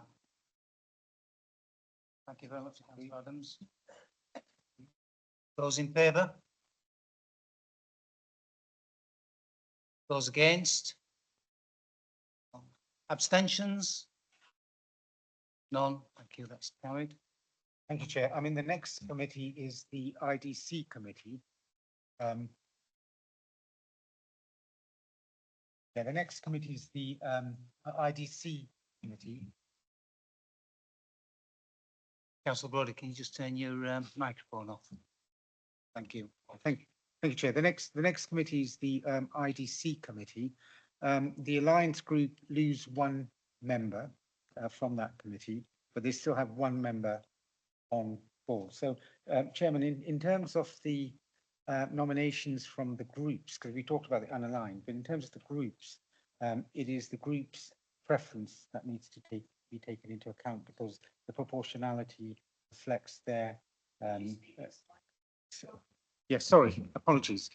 In terms of the groups involved in terms of the proportionality nominations, the council needs to take into account the group preference because it's their proportional seat in essence. So, Chairman, if we can clarify the Alliance group, the one member on the IDC committee from the Alliance group. So, Our member will be Councillor PC Wilcox. Thank you, Chair. In terms of the other member of the IDC committee, there's one Liberal Democrat group member that needs to be nominated. As I indicated to you earlier, Mr. Fernandez, that will be myself, and the substitutes would be my other three group colleagues. thank you. Chair. Do we need to? No. Yeah, we need to do a quick vote just to ratify that. A seconder, please. Councillor Stewart. Those in favour? Thank you. Those against? None. Abstentions? None. It's carried. Thank you. Thank you, Chair. The next slight change is on the Policy Scrutiny Committee for Children's Services, Education and Skills. There is one Liberal Democrat group nomination to include substitutes as well. Chairman. Chair, there's no point in doing it. There's no meeting before the annual meeting. Yeah, I think we just in case. Yeah, I think given that this council is capable of extraordinary meetings sometimes at the drop of a hat, we will nominate Councillor Lilley to that position, with substitutes being Councillor Stewart and Councillor Sarah Redrup. Okay, and your seconder? Councillor Stewart? And we just do it again, just make sure. Those in favour? Those, thank you. Those against? Abstentions? One abstention. Okay, thank you very much.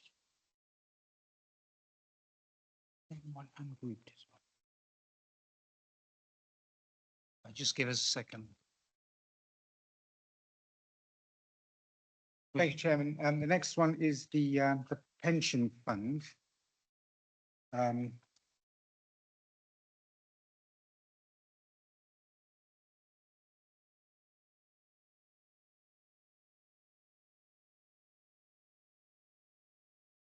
Yeah.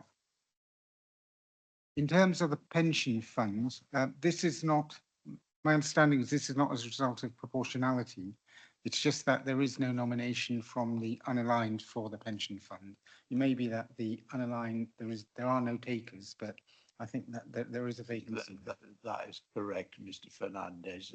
Certainly, Councillor Adams, Councillor Quigley and I had no interest in spending our lives worrying about the pension fund too much, unless you would like to do it, Chair. You definitely don't want me, that's for certain, when it comes to figures. Okay, so thank you for that. So that remains empty. That's it for this particular section. Thank you very much. Now, I am quite mindful of time and things because there's still quite a lot on. Do you want to take a little break now, or do you want to carry on? Okay, we'll carry on until the time. Okay.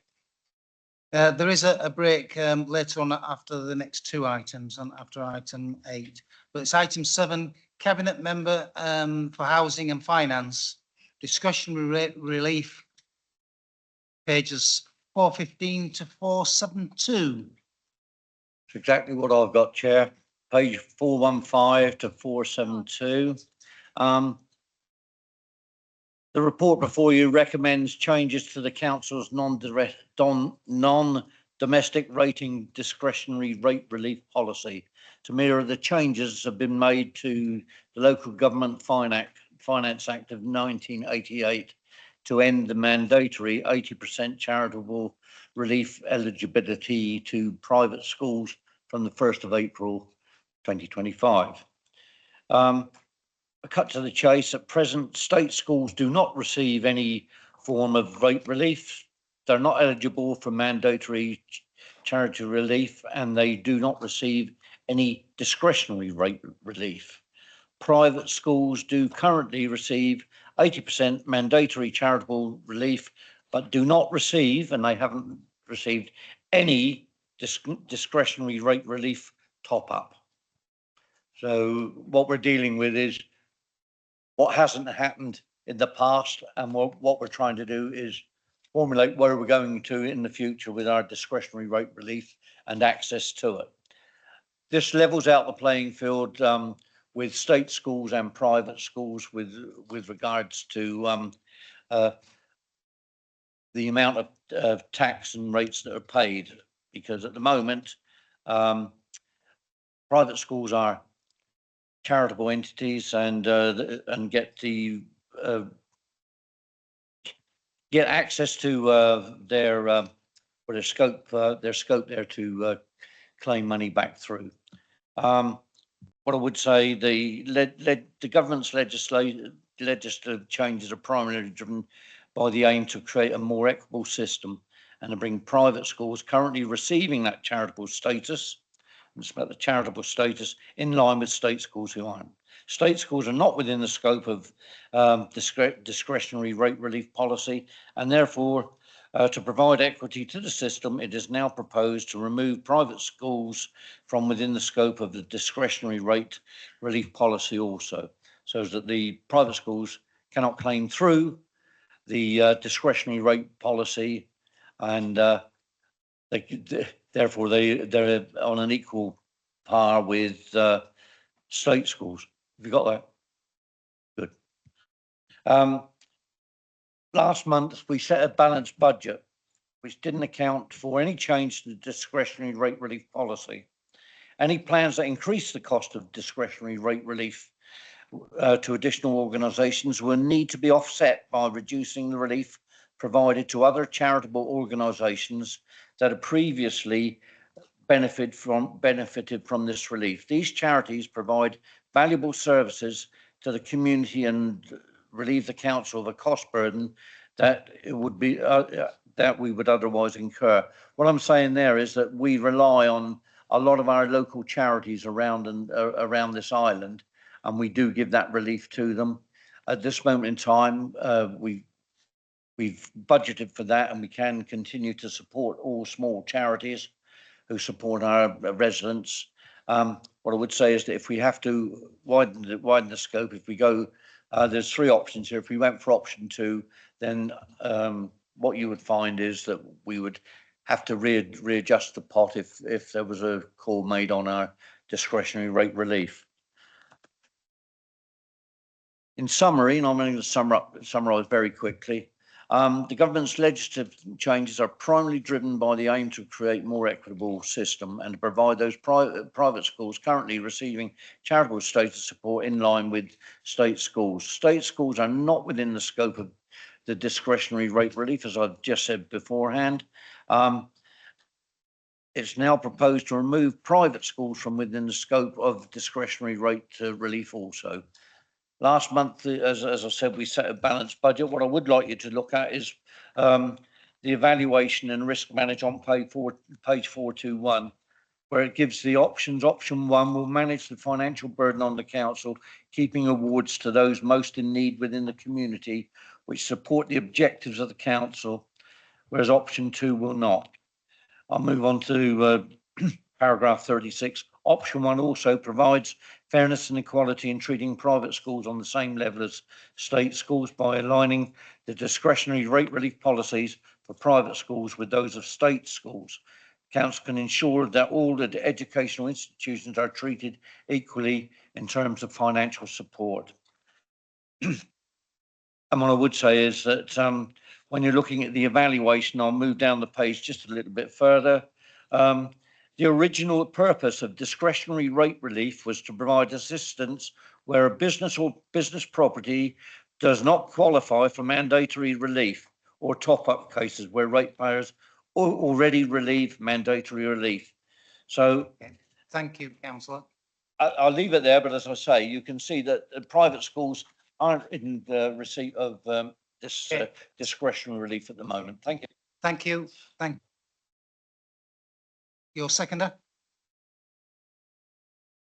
Councillor Lever. Would you like to speak now or? Not yet, Chair. Councillor. Would, thank you. Oh, I wasn't sure that anything had actually been moved, by the way, to be seconded. It was, I listened very carefully to the words, but nothing was formally moved in what was said. So before I speak and before we start the clock, would you like to check on that, Chair? Options 1 and 3. Option 1, you're clarifying option 1. Okay. It is in the papers.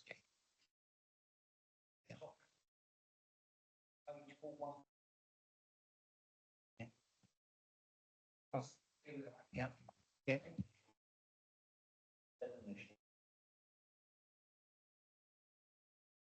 Thank you. So I listened to those words very carefully, and the words equity and fairness come up, and they come up in the paper as well. And I think we're at danger here of comparing apples and oranges at the most fundamental level. I'll use the example of Ride School because it's something that I've circulated details to members today. I'm aware that many of the members will not have had time to read that. So we actually place children with Ride School as a council. Ride School provides currently 100 children with financial assistance at the average level of 55% of the normal fees. The highest category being for children for whom no fees are charged at all. They operate a remarkably generous scheme under their charitable basis that includes the providing services for military personnel in particular under a special scheme where parents are charged nothing in addition to the CEA allowance and required 10% parental contribution, an enormous benefit to our military personnel. A key element of their charitable basis is their support for 250 pupils with special educational needs. I'll read that again, 250 children. The government website states the average cost to the state is £3,500 per pupil for that. The charitable provision at Ride effectively saves the state through the local authority some £875,000 per annum, a staggering amount of money.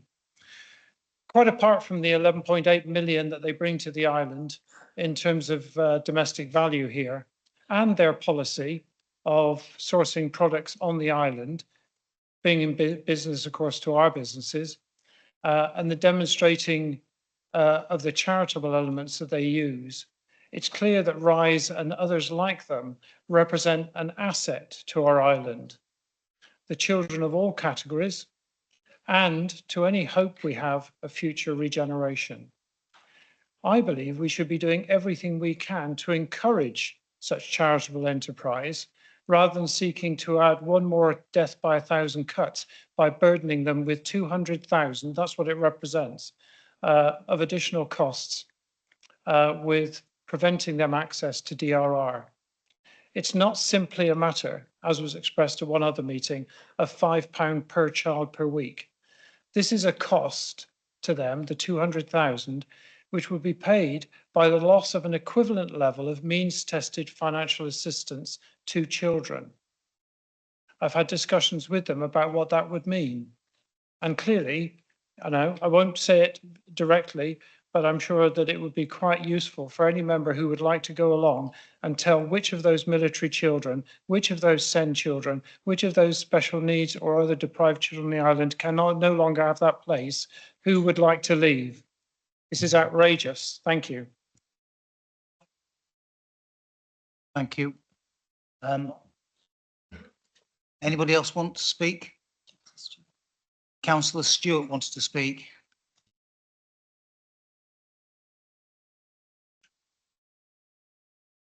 Councillor Stewart. Apologies, Chair. I wasn't sure whether you were just going to choose somebody else first or no, that's fine. I came up from relatively poor background through the state system. I went to a state university and I worked in the state system as a teacher. And I am somebody who believes very much that the state should provide education. However, I think it is appalling that the government, and through this, the removal of discretionary rate relief, is attacking an education establishment. And I have to be honest that Mr. Jarman has bamboozled me with so many statistics. I'm not sure which one I would choose. So let's just assume that there are quite a few there which show how important these schools are to the island. It is impossible to say that it is reasonable and equitable and fair that we attack a sector of the education system that provides education to so many people. It seems to me wrong, and I'm quite happy to be corrected, that there is a statement repeatedly made that the state system does not have this type of relief, when in fact the government supplies a notional, it's called NNDR, a notional discretionary relief, which is actually supposed to offset some of the costs of rates of council tax upon those state schools. So we're not talking about setting a level playing field. What we're talking about is attacking a part of the educational establishment, which is not something I've been part of, but I am aware that on the island there will be teachers who travel between both sectors and provide education in different circumstances. There are two ways of doing this. We could reject it entirely, and that will be open to members, or we could try and possibly have an amendment. And I would like to suggest an amendment to this particular removal. And the amendment is that the removal of discretionary rate relief is activated via phased reduction over 3 years, and that is to support the schools facing the application of VAT on fees and the increase of national insurance raising staffing costs. I will leave that to any other members. I have not discussed this further with other members. They may have different views, but that is my amendment at this stage. Yes, you would need a seconder on that. Is somebody seconding that? Councillor Lilley? Seconding that. Point of order, Chair. I did say I have a motion to raise later when it's applicable to do that. I understand there's a debate and questions may occur first. Just say that I again. thought that I'd put Just a forward second. I thought that I'd put forward the motion, Chair, and I don't know what's going on here, but No. you don't get 3 bites. So, of the okay, chair. no, a motion has been brought, an amendment has been brought, which has been seconded, and so we have to hear that, because that is what I understand. So would you like me to put my amendment now, Chair? No. Yeah, we'll just do one at a time, I think, yeah, because it's better to do that way. I wasn't aware that you're going to bring a motion. So it's been seconded, so it has to be heard. Okay, would anybody like to ask any questions about the motion? So, Chair, can I have clarity, please? Can we have clarity here, please? I like clarity, as you know. The normal practice is when you have a report from a cabinet member, thankfully we're going to get rid of them soon, to full council, they speak and propose a recommendation. It is then the practice, and I think this group wants to start learning after 4 years some of the protocols and rules of this council and some of the practices, that if you don't like it, you propose an amendment. We then debate the amendment. We have a vote on it. And if it's carried, it becomes part of the substantive. If it's lost, we go back to what's been put. And then you can have other amendments afterwards. But I just wish they'd learn the rules, because it gets very irritating. Thank you, Chair. thank you, councillor. So we have had an amendment proposed, and we've had it seconded, so we now have to debate that. Chair, sorry, point of order here. Councillor Jarman did indicate he wanted to bring an amendment forward. So the indication was his amendment would come first. Well, it can bring that forward, yes. and he did indicate that. To be fair, would you give ground for a moment in order to do that? I have been advised by a learned colleague that I should give way. And I appreciate that very much. Okay, so would you like to put your amendment, please? Thank you, Chair. Thank you, colleagues. So my amendment is to go forward with a variation of option 2, and I will read it out. The amendment is to change the wording to allow fee-based educational establishments that operate as a charity or a not-for-profit enterprise to receive DRR. Chair, can I have a point of order? We've agreed in the past that amendments like this, that are longer than about a sentence, should at least be circulated in advance so that we all have them in writing. I'm not prepared to continue trying to debate some great long amendment that Councillor Jarman hasn't had the courtesy to circulate to all members in advance. Thank you, Chair. Right. So I'm just taking advice on that at the moment. Doesn't seem very long. Yeah, thank you.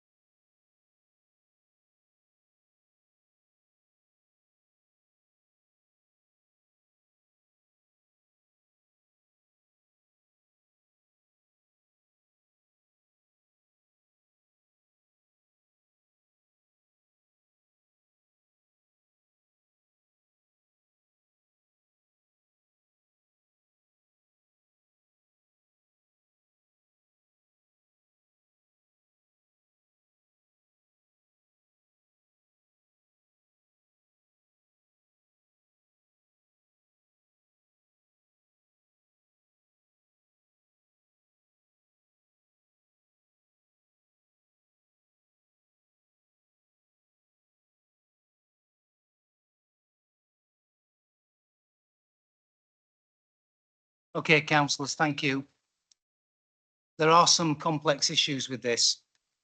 So the monitoring officer is just going to explain this element. Yes, thank you, Chairman. In terms of the proposed amendment, there are very clearly going to be some potential financial implications arising from this. Yeah, so I think there is not enough time now to consider those and to get advice from the 151 or his nominees. So I think what the Constitution does say that if motions have an impact on, if there's a financial impact, these are normally referred back to Cabinet, where they can then be considered in the round.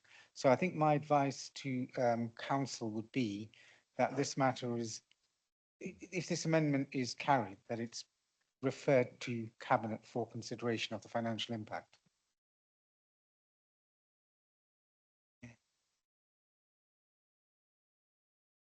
So that sounds like Which amendment, Chair, are you talking about?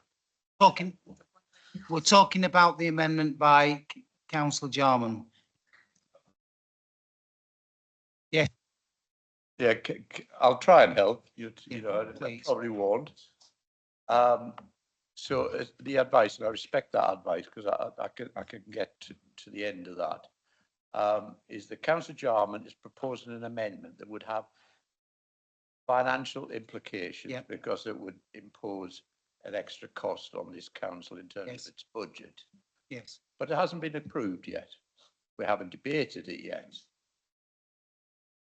Or everything being willing, it will be rejected. I suspect it won't be. But at that point, once it's agreed, it will then have to be referred to the almost redundant cabinet.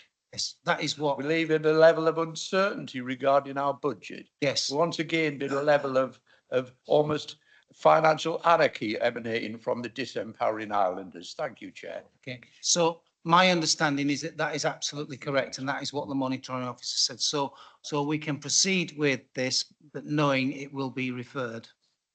So thank you, Chair.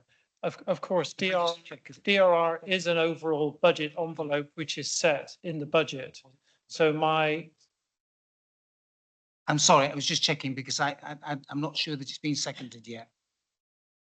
So my view on this, while we're still debating the premise here with the monitoring officer, is that the overall budget for DRR was set as part of the budgeting exercise in February. This money would come within the DRR budget envelope and would not change the overall level of the envelope. But as the Cabinet Member for Finance reiterated, it would require a redistribution of funds within that envelope. As it doesn't increase the overall level of the envelope, it therefore has no overall budgetary implication. And I don't believe it would therefore, I'll seek advice on this, require referral to Cabinet because it doesn't change the budget envelope. Is that correct? Thank you, Chair. Through you, Chair. I think you're right in terms of how it works. But I think the issue is that it will have a financial impact, not in terms of the overall envelope, but it will have a financial impact that I think from the officers round the table, I don't think we're in a position to be able to provide focused advice on that or a consideration of the impact, because there's going to be an impact. It might be within the overall envelope. There's going to be an overall impact, which I think is something that the professional specialist officers need to advise on, which would be via Cabinet, is my thought. So this is what we will debate it if that's what if you want to continue with that, and then it's likely to be referred at that point. So shall I formally put it then? The proposed amendment is to allow fee-based educational establishments that operate as a charity or not-for-profit enterprise to receive DRR, and I'll look for a seconder. Thank you. Thank you, Councillor Spinks. Would you like to speak at this point? Not. Could we have that repeated at dictation speed, please? Yeah. Could you repeat that, please? See, this is called filibustering. No, it's, I think it's a lot of nonsense. I'm happy with what you've said Yeah, there. No, that's it. We don't need to debate it. Please just to allow reiterate it. To allow fee-based educational establishments that operate. Hang on. All right. Yeah. As a charity. Yeah. Or not-for-profit enterprise.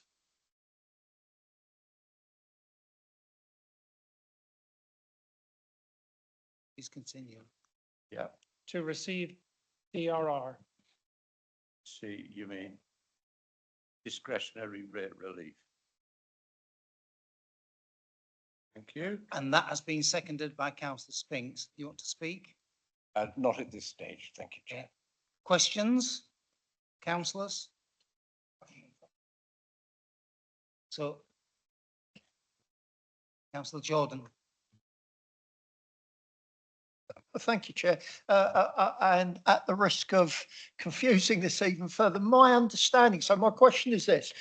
My understanding is that government ought to bring a bill that explicitly prevents charities operating a school from receiving discretionary rate relief. Now, that's my understanding. So my question is, if that is the case, what are we doing debating and voting on discretionary rate relief for schools that are running as charities? Because we can't implement it. That's my question, Chair. I'm not quite sure who's going to answer the question. Yes, thank you, Chairman. I think the devil is in the detail, because I mean the bill has to become legislation, and the leader's right. If the legislation says that councils can't do it, then you can't do it. But ultimately, Parliament's got to pass that legislation. And it's not passed yet. Point of information, if I may, Chair. Simply to say from a legal perspective as well, that a bill would be subject to the European Court of Human Rights appeal process. So in addition to a judicial review, there would be another potentially block to that. So I think in terms of the leader's question, there are certainly other ways to be ventilated. Thank you. Anybody else want to speak? Yeah, so well, you're entitled to debate. I'm appalled at another attack on education. And I feel that choice is being denied families who work extremely hard to try and get their children into what they call a decent educational system. The island hasn't the greatest record on education, and I know our Director of Education is working very hard on this, but we are denying parents who work their socks off to send their children to a private school. If we're not careful, this current government will have us all wearing grey suits by the time they're finished. They will be of different quality, but you will all be condemned to be the same. Thank you, Chair. Thank you. Now people are coming out of the woodwork wanting to speak. Councillor Lilley. A number of points. One is I'm a bit confused by the fact that particularly Councillor Jarman's motion, because the two schools that particularly be affected by this, one of them is actually not a charity, I believe. One is, which I do know, which is a Ryde School. But I think that in the case of the other one, the Priory is actually a limited company. So I'm not quite sure where that actually fits within. We need to get further information about that.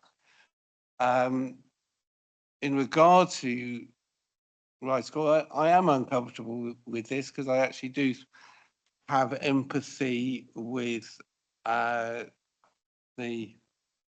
recommendation.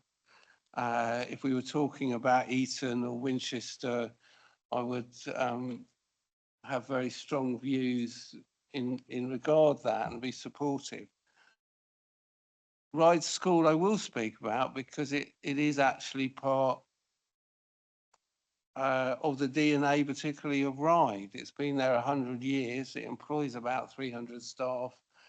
It gives, I believe, compared to many other private schools, a huge amount of bursaries to local children, and even children which are in our care as corporate parents actually are there.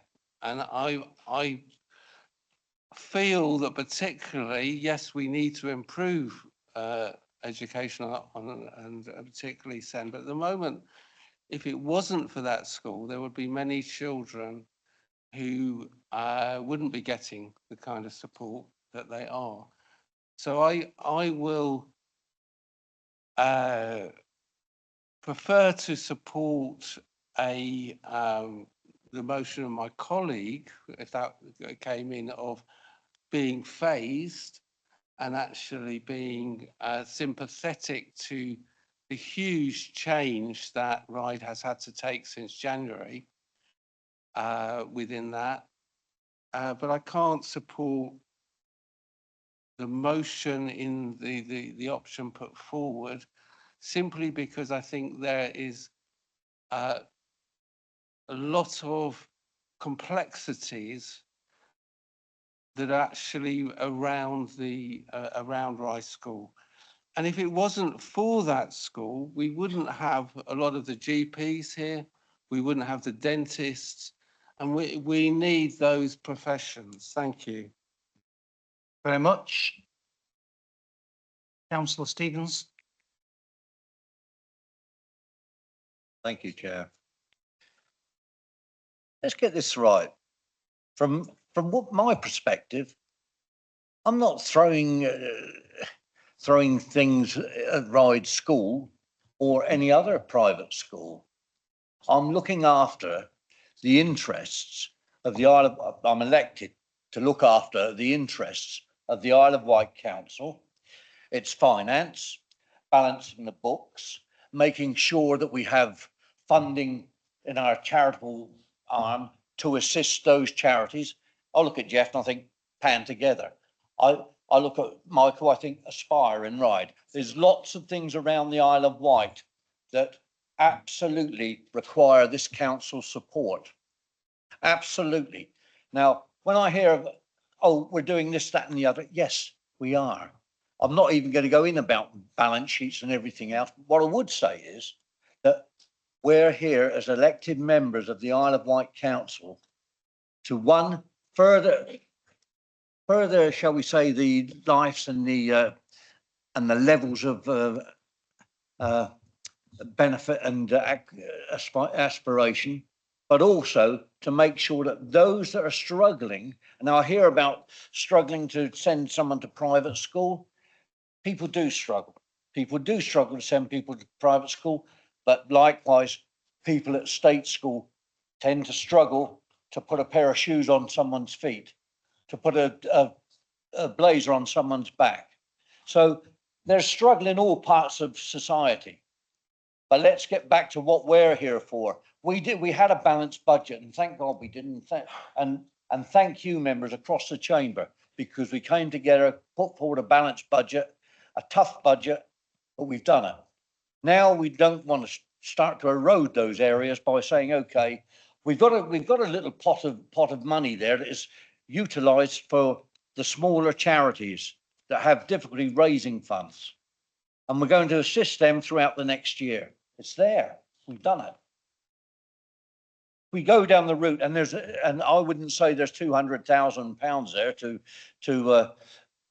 push forward for Aspire and Pan and West White Sports Central, what have you. I would say that across the island we've got a hell of a lot of funding opportunities to assist people with, to make sure that those that can't get even out of their districts can actually have something to hold on to. That's what that fund is there for. That is what that fund is needed for. To change it, to pull it about a bit, you will lose quite a few smaller charities, probably food areas where you can go and get food pantries, etc. Lots of bits and pieces. I'll leave it at that, but it's not just about, oh, we've got a pot of gold, let's use it. It is already probably earmarked to be in use anyway. Thank you. Okay, so councillors, I'm really mindful of where we are in terms of time this evening. Just so people are aware of where we're going, because we've got still a lot to do, and there's other motions that may want to be heard. I'm just drawing your attention to that, to try and say things that are different if possible. So Councillor Brading is next. Thank you, Chairman. I listened to what Councillor Jordan said just now. She said, you know, government, this is the government thing they're going to do to us. So my question is, why on earth is it on the agenda this evening? If it's a government policy coming down the line to us anyway, why are we spending time debating it? Whereas more importantly, we could be debating something that we can control. So, you know, am I allowed to propose we remove this item from the agenda in line with what Councillor Jordan suggested? Because we can't influence this. So the leader's point, what's it on the agenda for? Ian, can I propose on the back of what Councillor Brading's just said, next business? Can I have a seconder?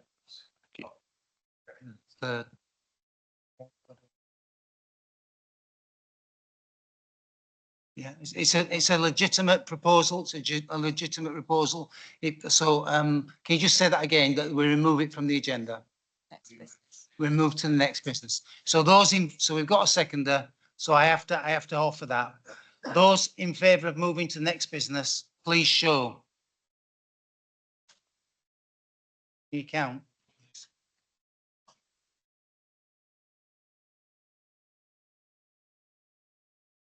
As a point of order, may we, Yes, may we ask some of the implications of that, which aren't that clear, I don't think. Chair, it's not something that's been used for a long time, and Yeah. the Empowering Islanders have probably haven't experienced it in 4 years.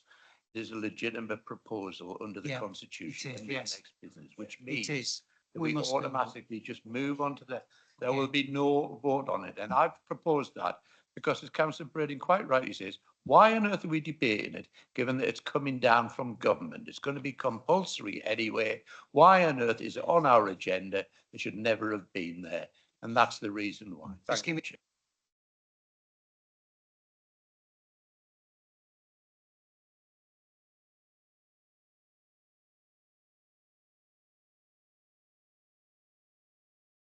Okay, so we will vote on it. Please show if we're going to move to the Chair- next item of business. Chair, what is the implication of No. not?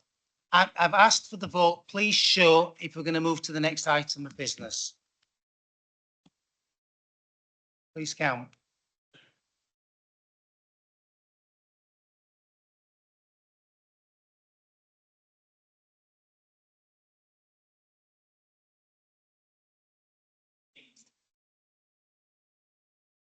And those against?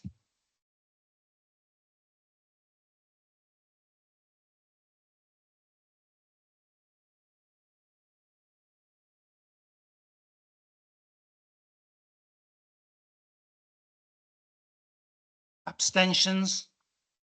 No abstentions. One. Apologies. Okay, so we are moving to the next item. And we now will need to return the others.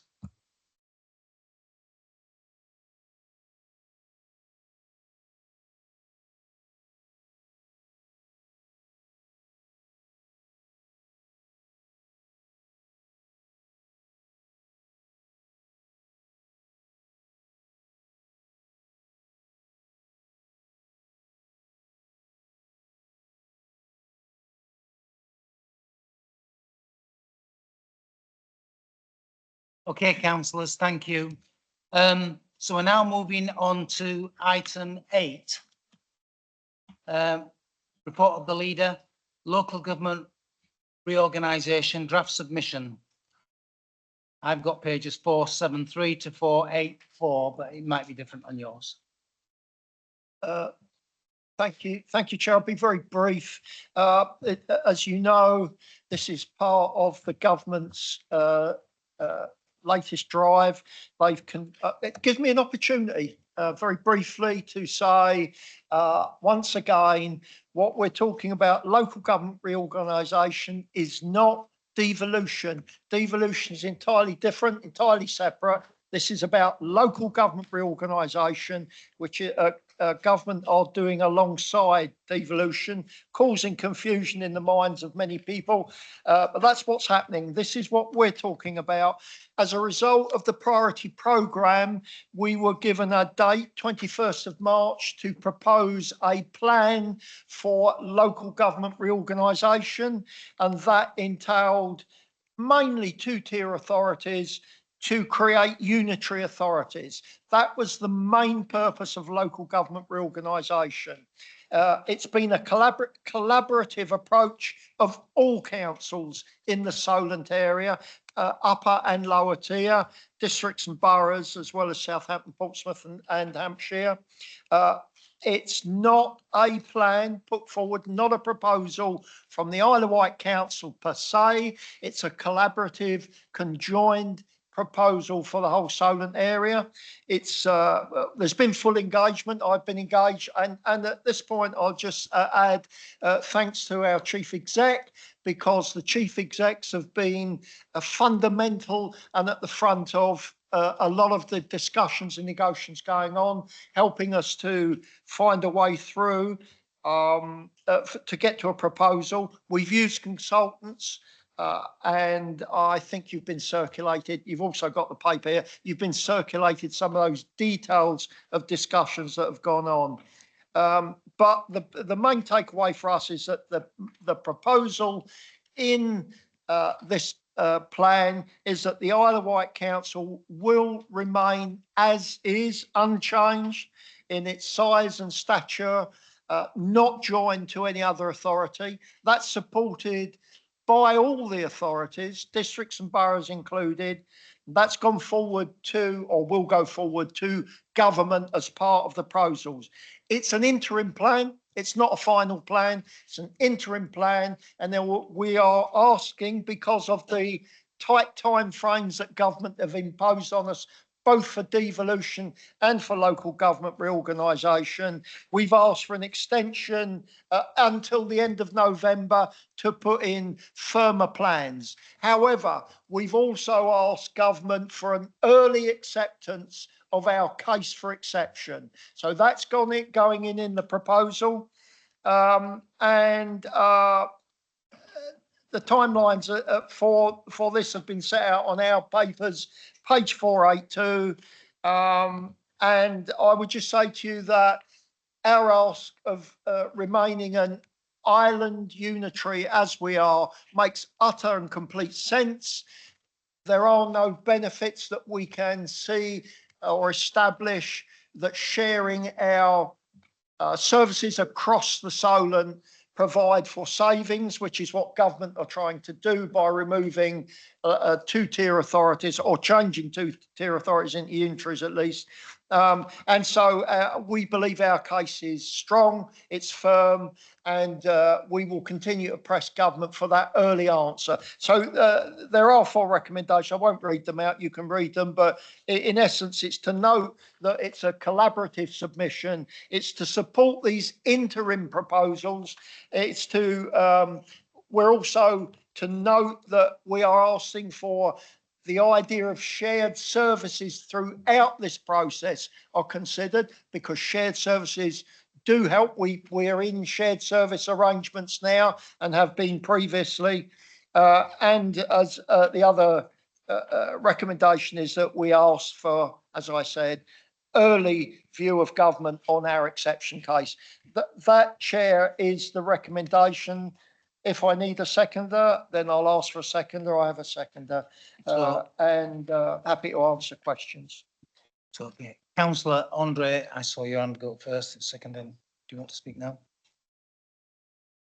Chair, I think, to be fair, there's been a lot of talk about local government reorganisation. Leader has said, I think, all that needs to be said. The information is all there.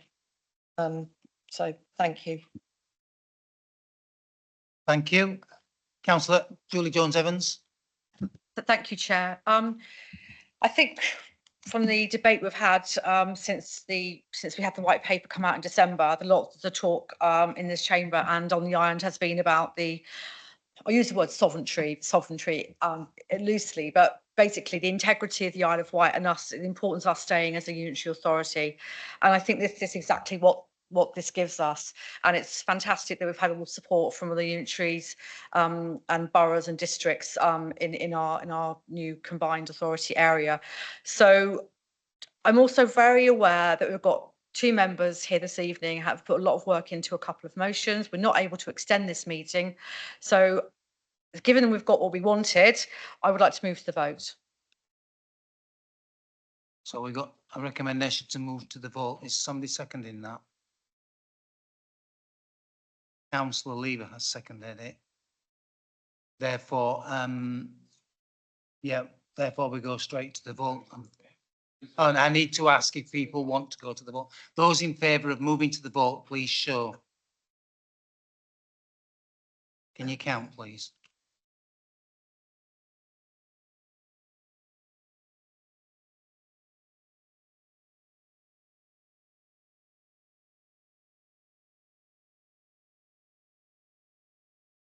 Those against?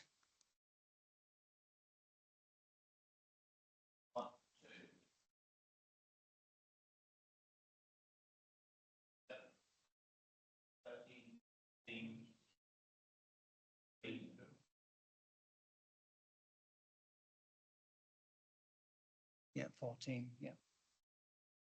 Abstentions? No. Okay, So I've got the casting vote. You can 14-14. So in order to break the deadlock, I have to cast in vote.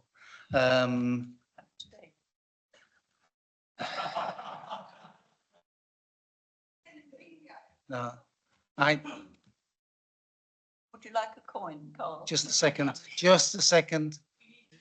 I'm very much in favour of debating but I'm minded to support this, so we will move on.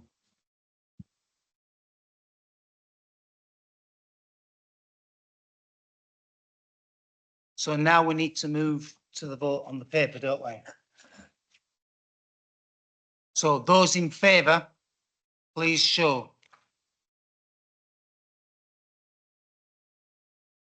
Can you count, please? Thank you. Please. Sorry, Chair, I'm a little confused as to what we're voting on. Yes, so the previous vote was, were we going to move on? Okay, and now we've actually, which we have agreed to move on to vote. So that's what we're doing. We're voting for the motion that's presented, the paper presented, sorry. Yeah. Okay, are we clear?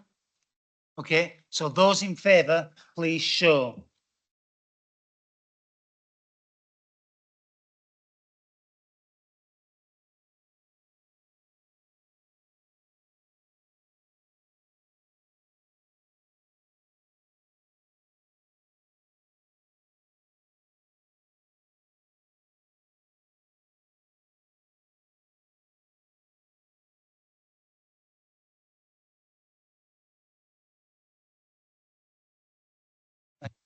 Abstentions? Thank you very much. Okay, thank you for that.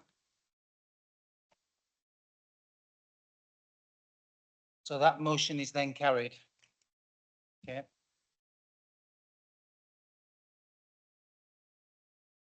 So now motions under submission part 4A. We have got normally an hour for this, but we've got 40 minutes left roughly. Okay, just so that people are mindful about that. So on to Councillor Lilley.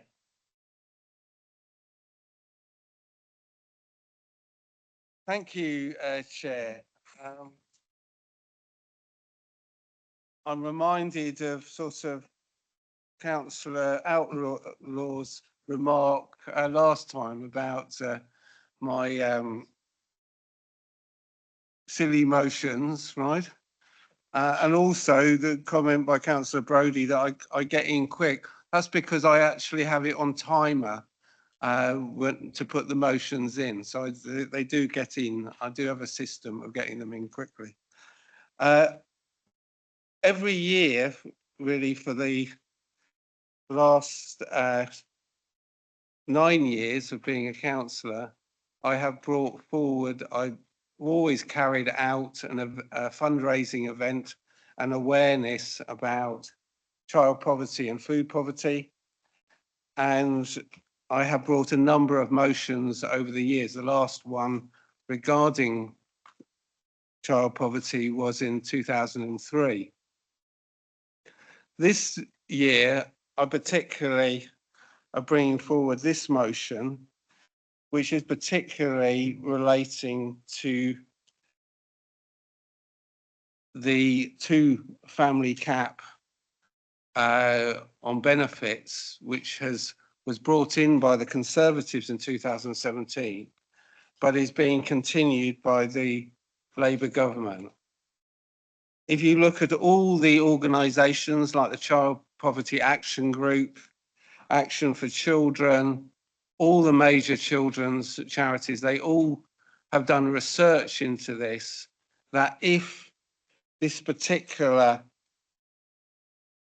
cap was actually removed, thousands, if not of children will be brought out of poverty, and that would include on the island. I'm particularly concerned that in the recent days, you've actually got the present government going to be particularly making quite stringent cuts on to do with universal benefit and that on this island.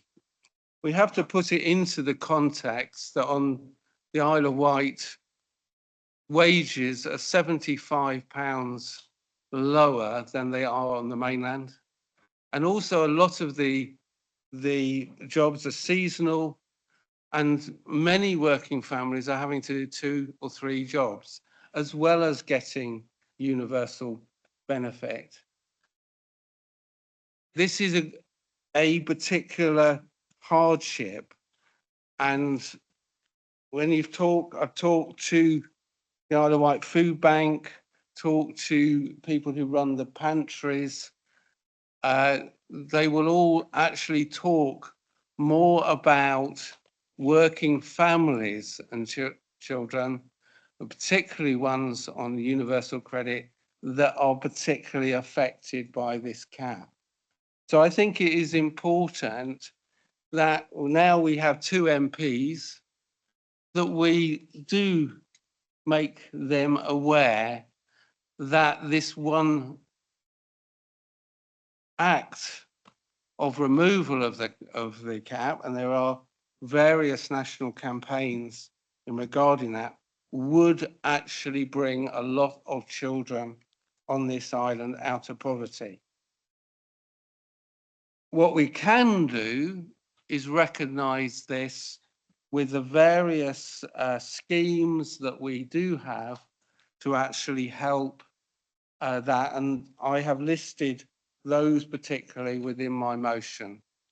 I won't go further than that because I'm conscious of the time, but I hope, as you have done over many years, supported when I have brought up about poverty. When I started, Can you just read it was your nearly 23%. You're almost out It of is time. now, Can you it read is your now motion? 34%. Thank you. I'm sorry, you haven't actually read the motion out.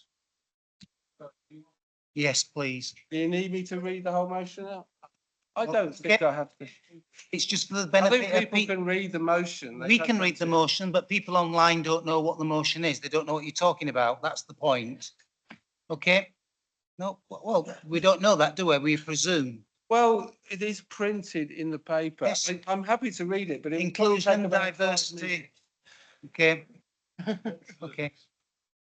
I know. Oh, okay. Okay, seconder, is there a seconder? Right. Thank you very much, Councillor Jarman. Yeah, thank you, Chair. As this is going to be my last meeting as an Isle of Wight councillor, I wanted to take the opportunity to grandstand a little myself.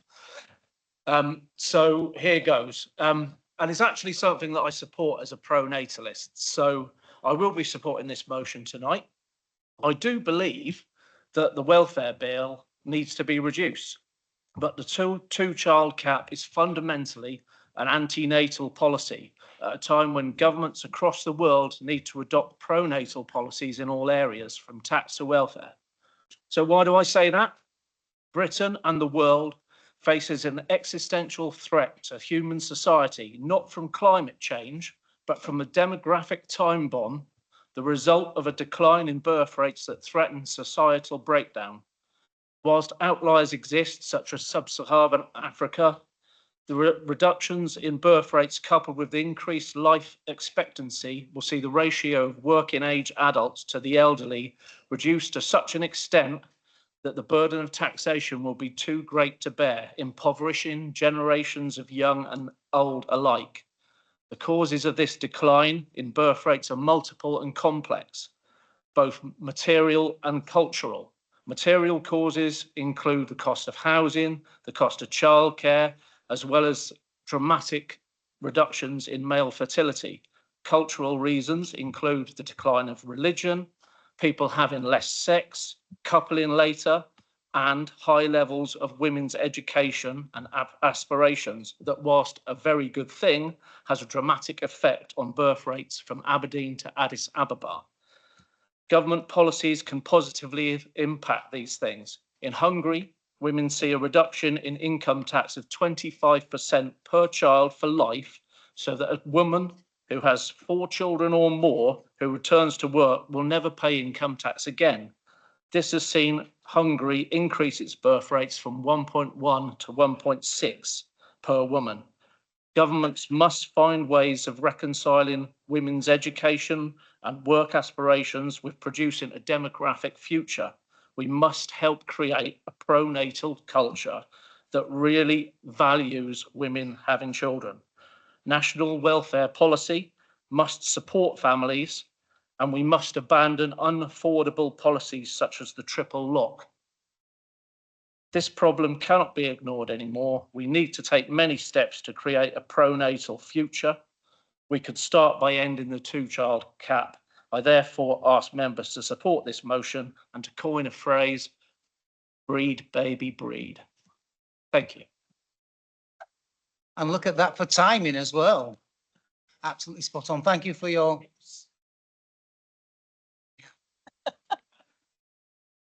Okay, so thank you very much. We now have Councillor Jarman. Apologies. Thank you, Chair. I'm going to support this, but I do have an alteration to suggest, which I've discussed with the proposer in the beginning. And this is to add to the second point, following the word payments, and to publish their responses and actions they take. I think it's all well and good to write to people, but it's even better to know what they've actually done about it. So if we can add after the word payments, and to publish their responses and actions they take. You're happy to accept the alteration? Yep.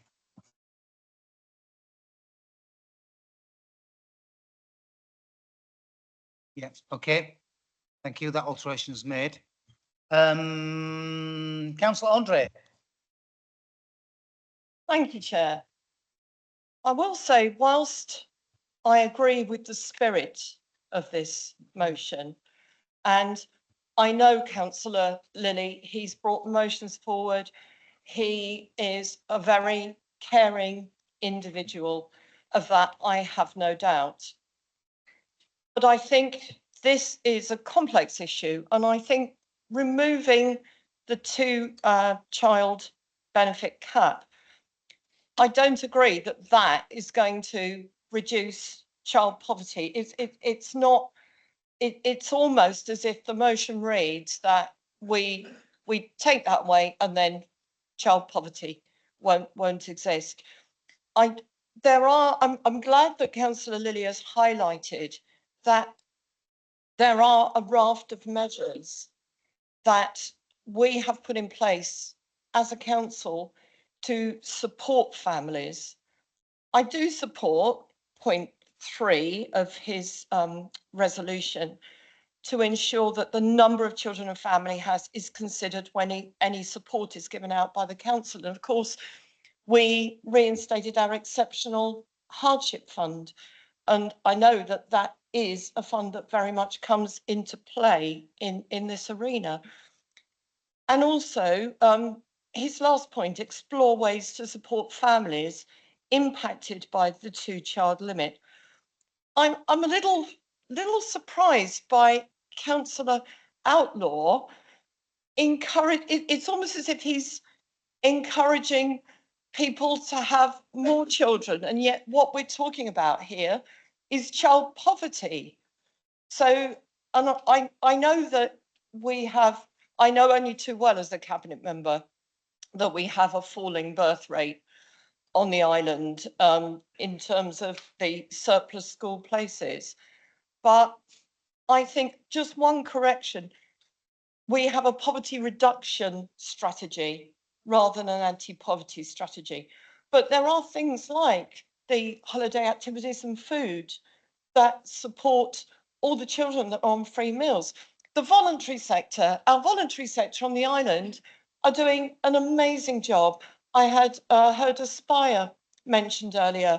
We've got a Flourish project that's actually a collaboration between my church and the local school, where we're actually going into the secondary school, one of the local secondary school, and providing breakfast.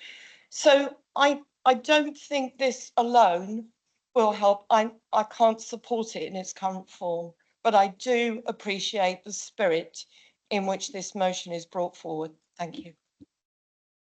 Thank you very much for that. Councillor Blake. Thank you, Chair. Just looking at the resolutions that are proposed within the motion. First of all, we have a strongly worded letter. Second of all, we'd like another letter written to all of the Isle of Wight's MPs, all 2 of them. Third, we'd like to ensure the number of children a family has is considered when support is given out by the council. I'm not sure what that means. Are we going to penalise ones that only have one? I don't quite get what that means. And then the fourth one, explore ways to support families impacted by the 2-child limit across the island, etc., etc. That sounds to me like it could be a financial interest and therefore should be something for the cabinet to debate. Whilst I support Councillor Lee's right to democratise some of his feelings, I do sort of get. I don't really get the point of this motion. And particularly, I thought we'd sort of outlawed the preamble being included within the motion on the agenda, because it sort of gives a double speech. So to that, I can't support this motion because the points I've outlined. Thank you very much. Councillor Drew. Thank you, Chair. I appreciate that it was a Tory policy to introduce the 2-child cap limit. It was something that I disagreed with then, it's something I disagreed with now. But I think it's important to remember that the policy and fiscal environment in which that was introduced was where there were other benefits and payments. And I would certainly agree with Councillor Lilley in terms of the reduction in things like PIP, personal independence payment, which I find disgusting that the current government are currently mooting. And I think we need to be very proactive in supporting anyone who is a child, anyone who has a disability. And it's a fundamental principle that I know this council supports, that if you are by no fault of your own in a situation where you need support, you should have it. And so I would wholeheartedly endorse this. Thank you, Councillor Drew. Councillor Brodie. Thank you, Chair. I represent a ward where 1/3 of children live in poverty. I think it's the highest level in any ward on the island, and the 2-child poverty cap has been a disgrace ever since it was implemented by the Conservative government. I would love to see it abolished, and I've said to Richard Quigley, who's my MP now, that if I'd been in his place as a Labour MP, of course that would never have happened, and I didn't wish to be, I would have been one of the 7 suspended Labour MPs who voted against not lifting it at the start of this government. I believe that's the right thing to do. He chose not to do that. He's under a Labour whip. I would have been prepared to accept that, but that's probably why I'm no longer in the Labour Party. In terms of this motion, though, I spent 12 years as a Labour councillor, 35 years as a Labour member. I'm ashamed of that party now. But one of the things I learned to do, and something I taught Councillor Lilley, was how to fly the flag for your party, and that's all he's doing tonight. It's what he does all the time. He used to do it for the Green Party. He used to do it for the Island Independents. He's now doing it for this. It's almost like if he's going to keep going down this reformist route, it'll be the Reform Party. I thought it was going to be the Conservatives, but it's becoming more and more like a Reform person than anything else. This motion will achieve nothing. Absolutely nothing, apart from point 3 in his actions. It will achieve nothing. I've written the similar sorts of things that are a waste of time and a waste of pen and ink, to be honest. The rest of it, all these letters and everything, nothing will be achieved. I will vote against this motion. I entirely oppose the 2-child poverty limit, absolutely oppose it, but this is not the way to address it. The way to address it is to actively putting more real pressure on your MPs. Councillor Lilley stood as an MP, got thrashed in the Isle of Wight East constituency. He doesn't represent that constituency. You know, Richard Quigley, is a Labour MP. He's the person I will continue to press through my involvement and connections with him, through charities like Pan Together, where he's just trusting along with me. Thank you very much, Chair. Thank you very much. I can't see anybody else wishing to speak. And so would you like to sum up?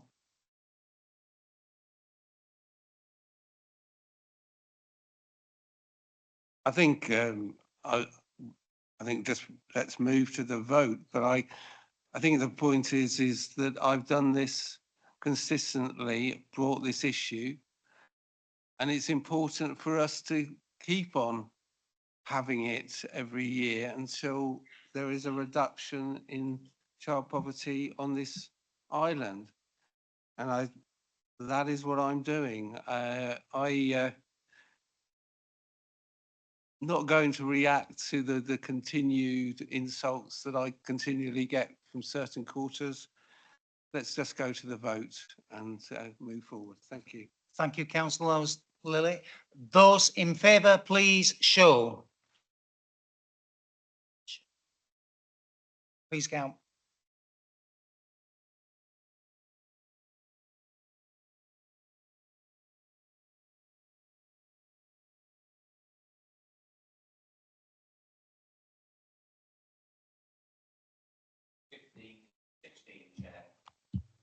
Those against?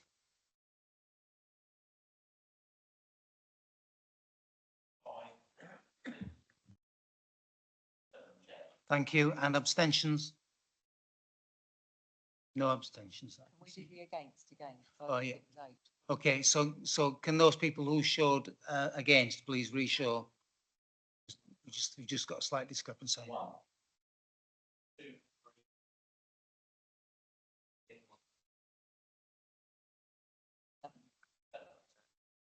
Yeah, 7. Okay, thank you. Thank you for the clarity. So your motion's carried. So we've got about 15, 16, 17 minutes left of time. We will move to Councillor Andres. Bear the time in mind. Thank you, Chair. I certainly will. I've been a member of adoption panels since I first got elected nearly 8 years ago. And I've also sat on fostering panels when I was Cabinet Member for Children's Services. I've heard experiences of children that have experienced trauma and abuse. Sadly, not all children have a stable, happy childhood. It's now widely recognised that the first 1,001 days of a child's life are crucial to healthy development of both mind and body. But children can come into the care of the local authority at any stage during their early lives. In recent years, we have learned more about the effects of adverse childhood experiences that can carry on into adulthood. These individuals can be stigmatised by society through no fault of their own. As corporate parents, and all of us are corporate parents, it is incumbent on each and every one of us to do everything within our power to enable our cared for children and care experienced young people to thrive and be the best possible version of themselves, supporting them to recover and meet their potential free from stigma or discrimination. To date, 111 councils have taken this important step. We are the 112th. By including care experience as a protected characteristic in equality impact assessments, which is a mechanism that public bodies already understand and use, we are helping to support the extension of corporate parenting responsibilities in a way that is structured, measurable, and embedded in existing decision-making processes, enabling national adoption of this practice by hearing the voice of care experienced people in our equality impact assessments. So in recognising their experiences as a protected characteristic, I ask that this council notes that cared for children and care experienced young people that face significant barriers that impact them throughout their lives. Despite the resilience of many care experienced people, society too often does not take their needs into account. Care experienced young people often face discrimination and stigma across housing, health, education, relationships, employment, and the criminal justice system.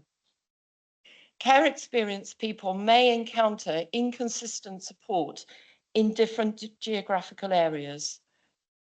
As corporate parents, councillors have a collective responsibility for providing the best possible care and safeguarding for the children who are looked after by us as an authority. All corporate parents should commit to acting as members, hearing the voices of looked after children and young people, and to consider their needs in any aspect of council work. Councillors should be champions of the children in our care and challenge the negative attitudes and prejudice that exists in all aspects of society. The public sector equality duty requires public bodies such as councils to eliminate unlawful discrimination, harassment and victimisation of people with protected characteristics.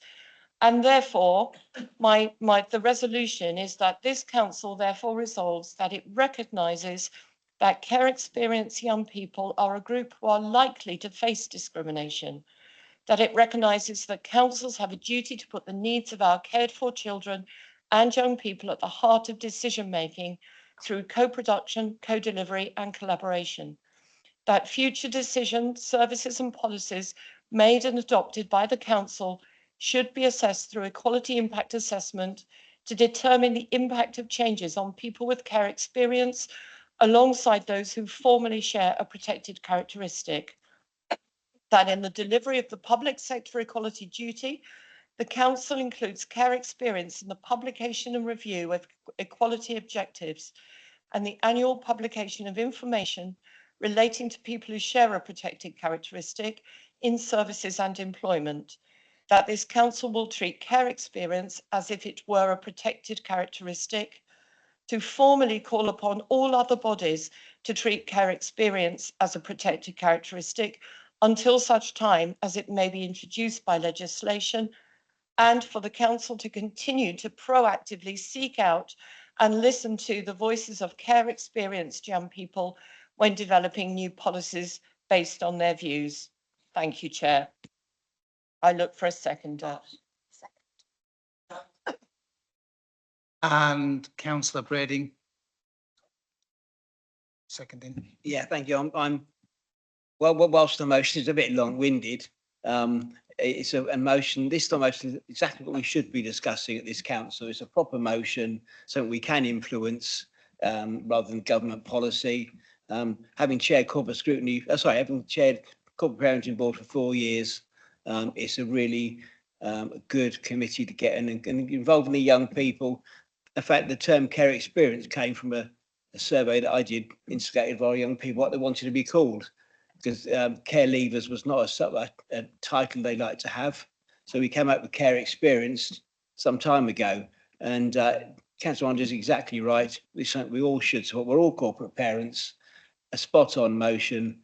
And I hope everyone in this council supports our care experienced young people and the help we can give them as they start their journey into life after a difficult start.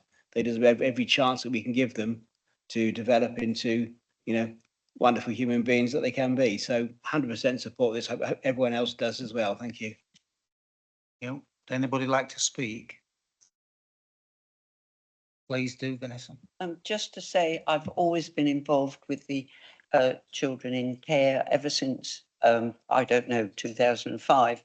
And all I can say is if any of you can individually put yourself in the position of either not knowing who your parents are or having lost your parents for any reason, then if you can imagine the trauma for a small child to feel perhaps unwanted or to be moved about inside the system, then please vote for this, because they need all the support that perhaps they didn't get in their younger years. Thank you.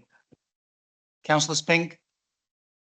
Thank you, Chair. I'll be as brief as I can because I know time is ticking.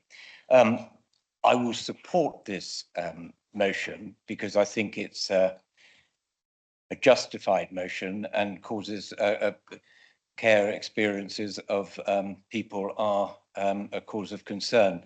The only issue I would take with and ask Councillor Andre if she would consider removing that we're asked to note that people often face discrimination and stigma across housing, health, education, relationships, employment, and the criminal justice system.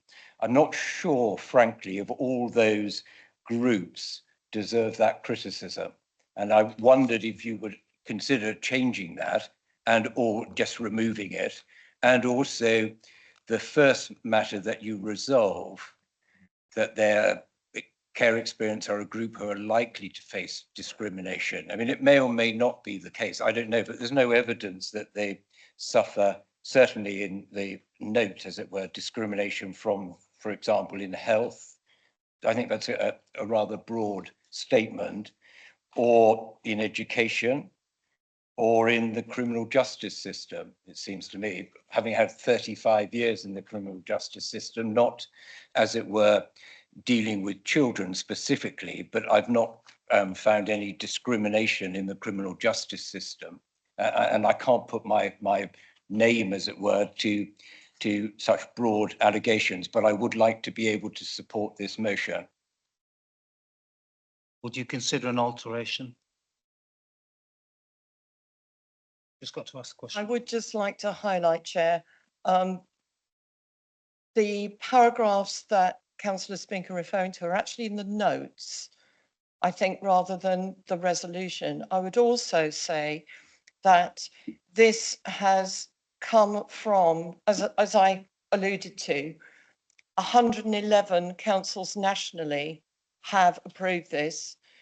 This has been recommended through, and it's been through the Local Government Association. So I am not minded to change it. I would also like to highlight that there is evidence that supports this within our youth justice plan that was published last year in 2024. Thank you, Chair. Thank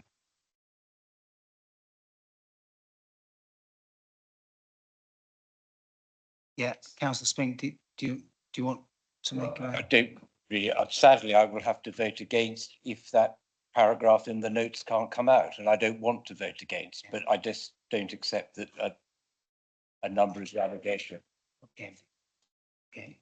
Okay, thank you for that clarification. Councillor Blake. As quick as possible, Chair. Just wanted to pick up a point that Councillor Brady left off, was that there's been to dominate him in there.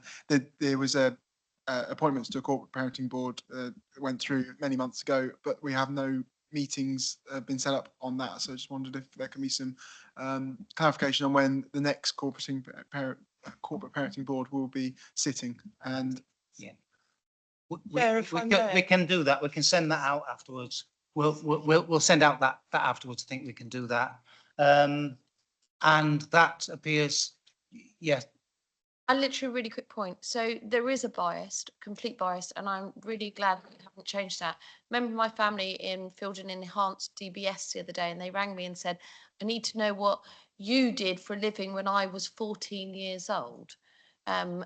Sorry, but why was that relevant? And that is part of the standard DBS check now, which basically is trying to work out what your social background is as you were growing up. I was really shocked to find out those questions were asked as part of an enhanced DBS. So I'm really glad that you're not changing that. Thank you.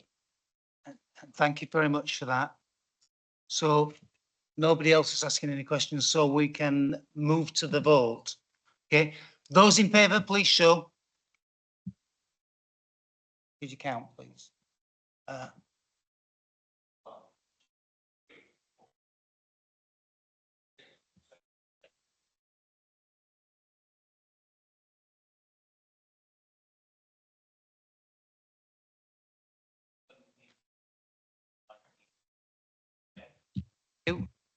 Those against?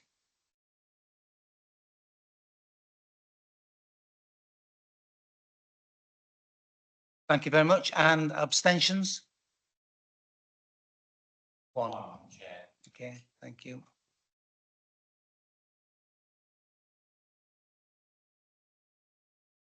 So that's carried. Now we've got 5 minutes, haven't we, left for members' question time. Have we got anybody that wants to ask a question in that last 5 minutes? Okay. Hold on. Council. Nearly got away with it. Councillor Jarman, go on. Can you do that, Chair? In the last meeting we had at item 61 in the minutes, the leader agreed to bring forward to full council the pros and cons for all the available options under local government reorganisation. Just wanted an indication of when that full report with all the pros and cons for each option would be available. Thank you. Thank you. Leader, would you like to?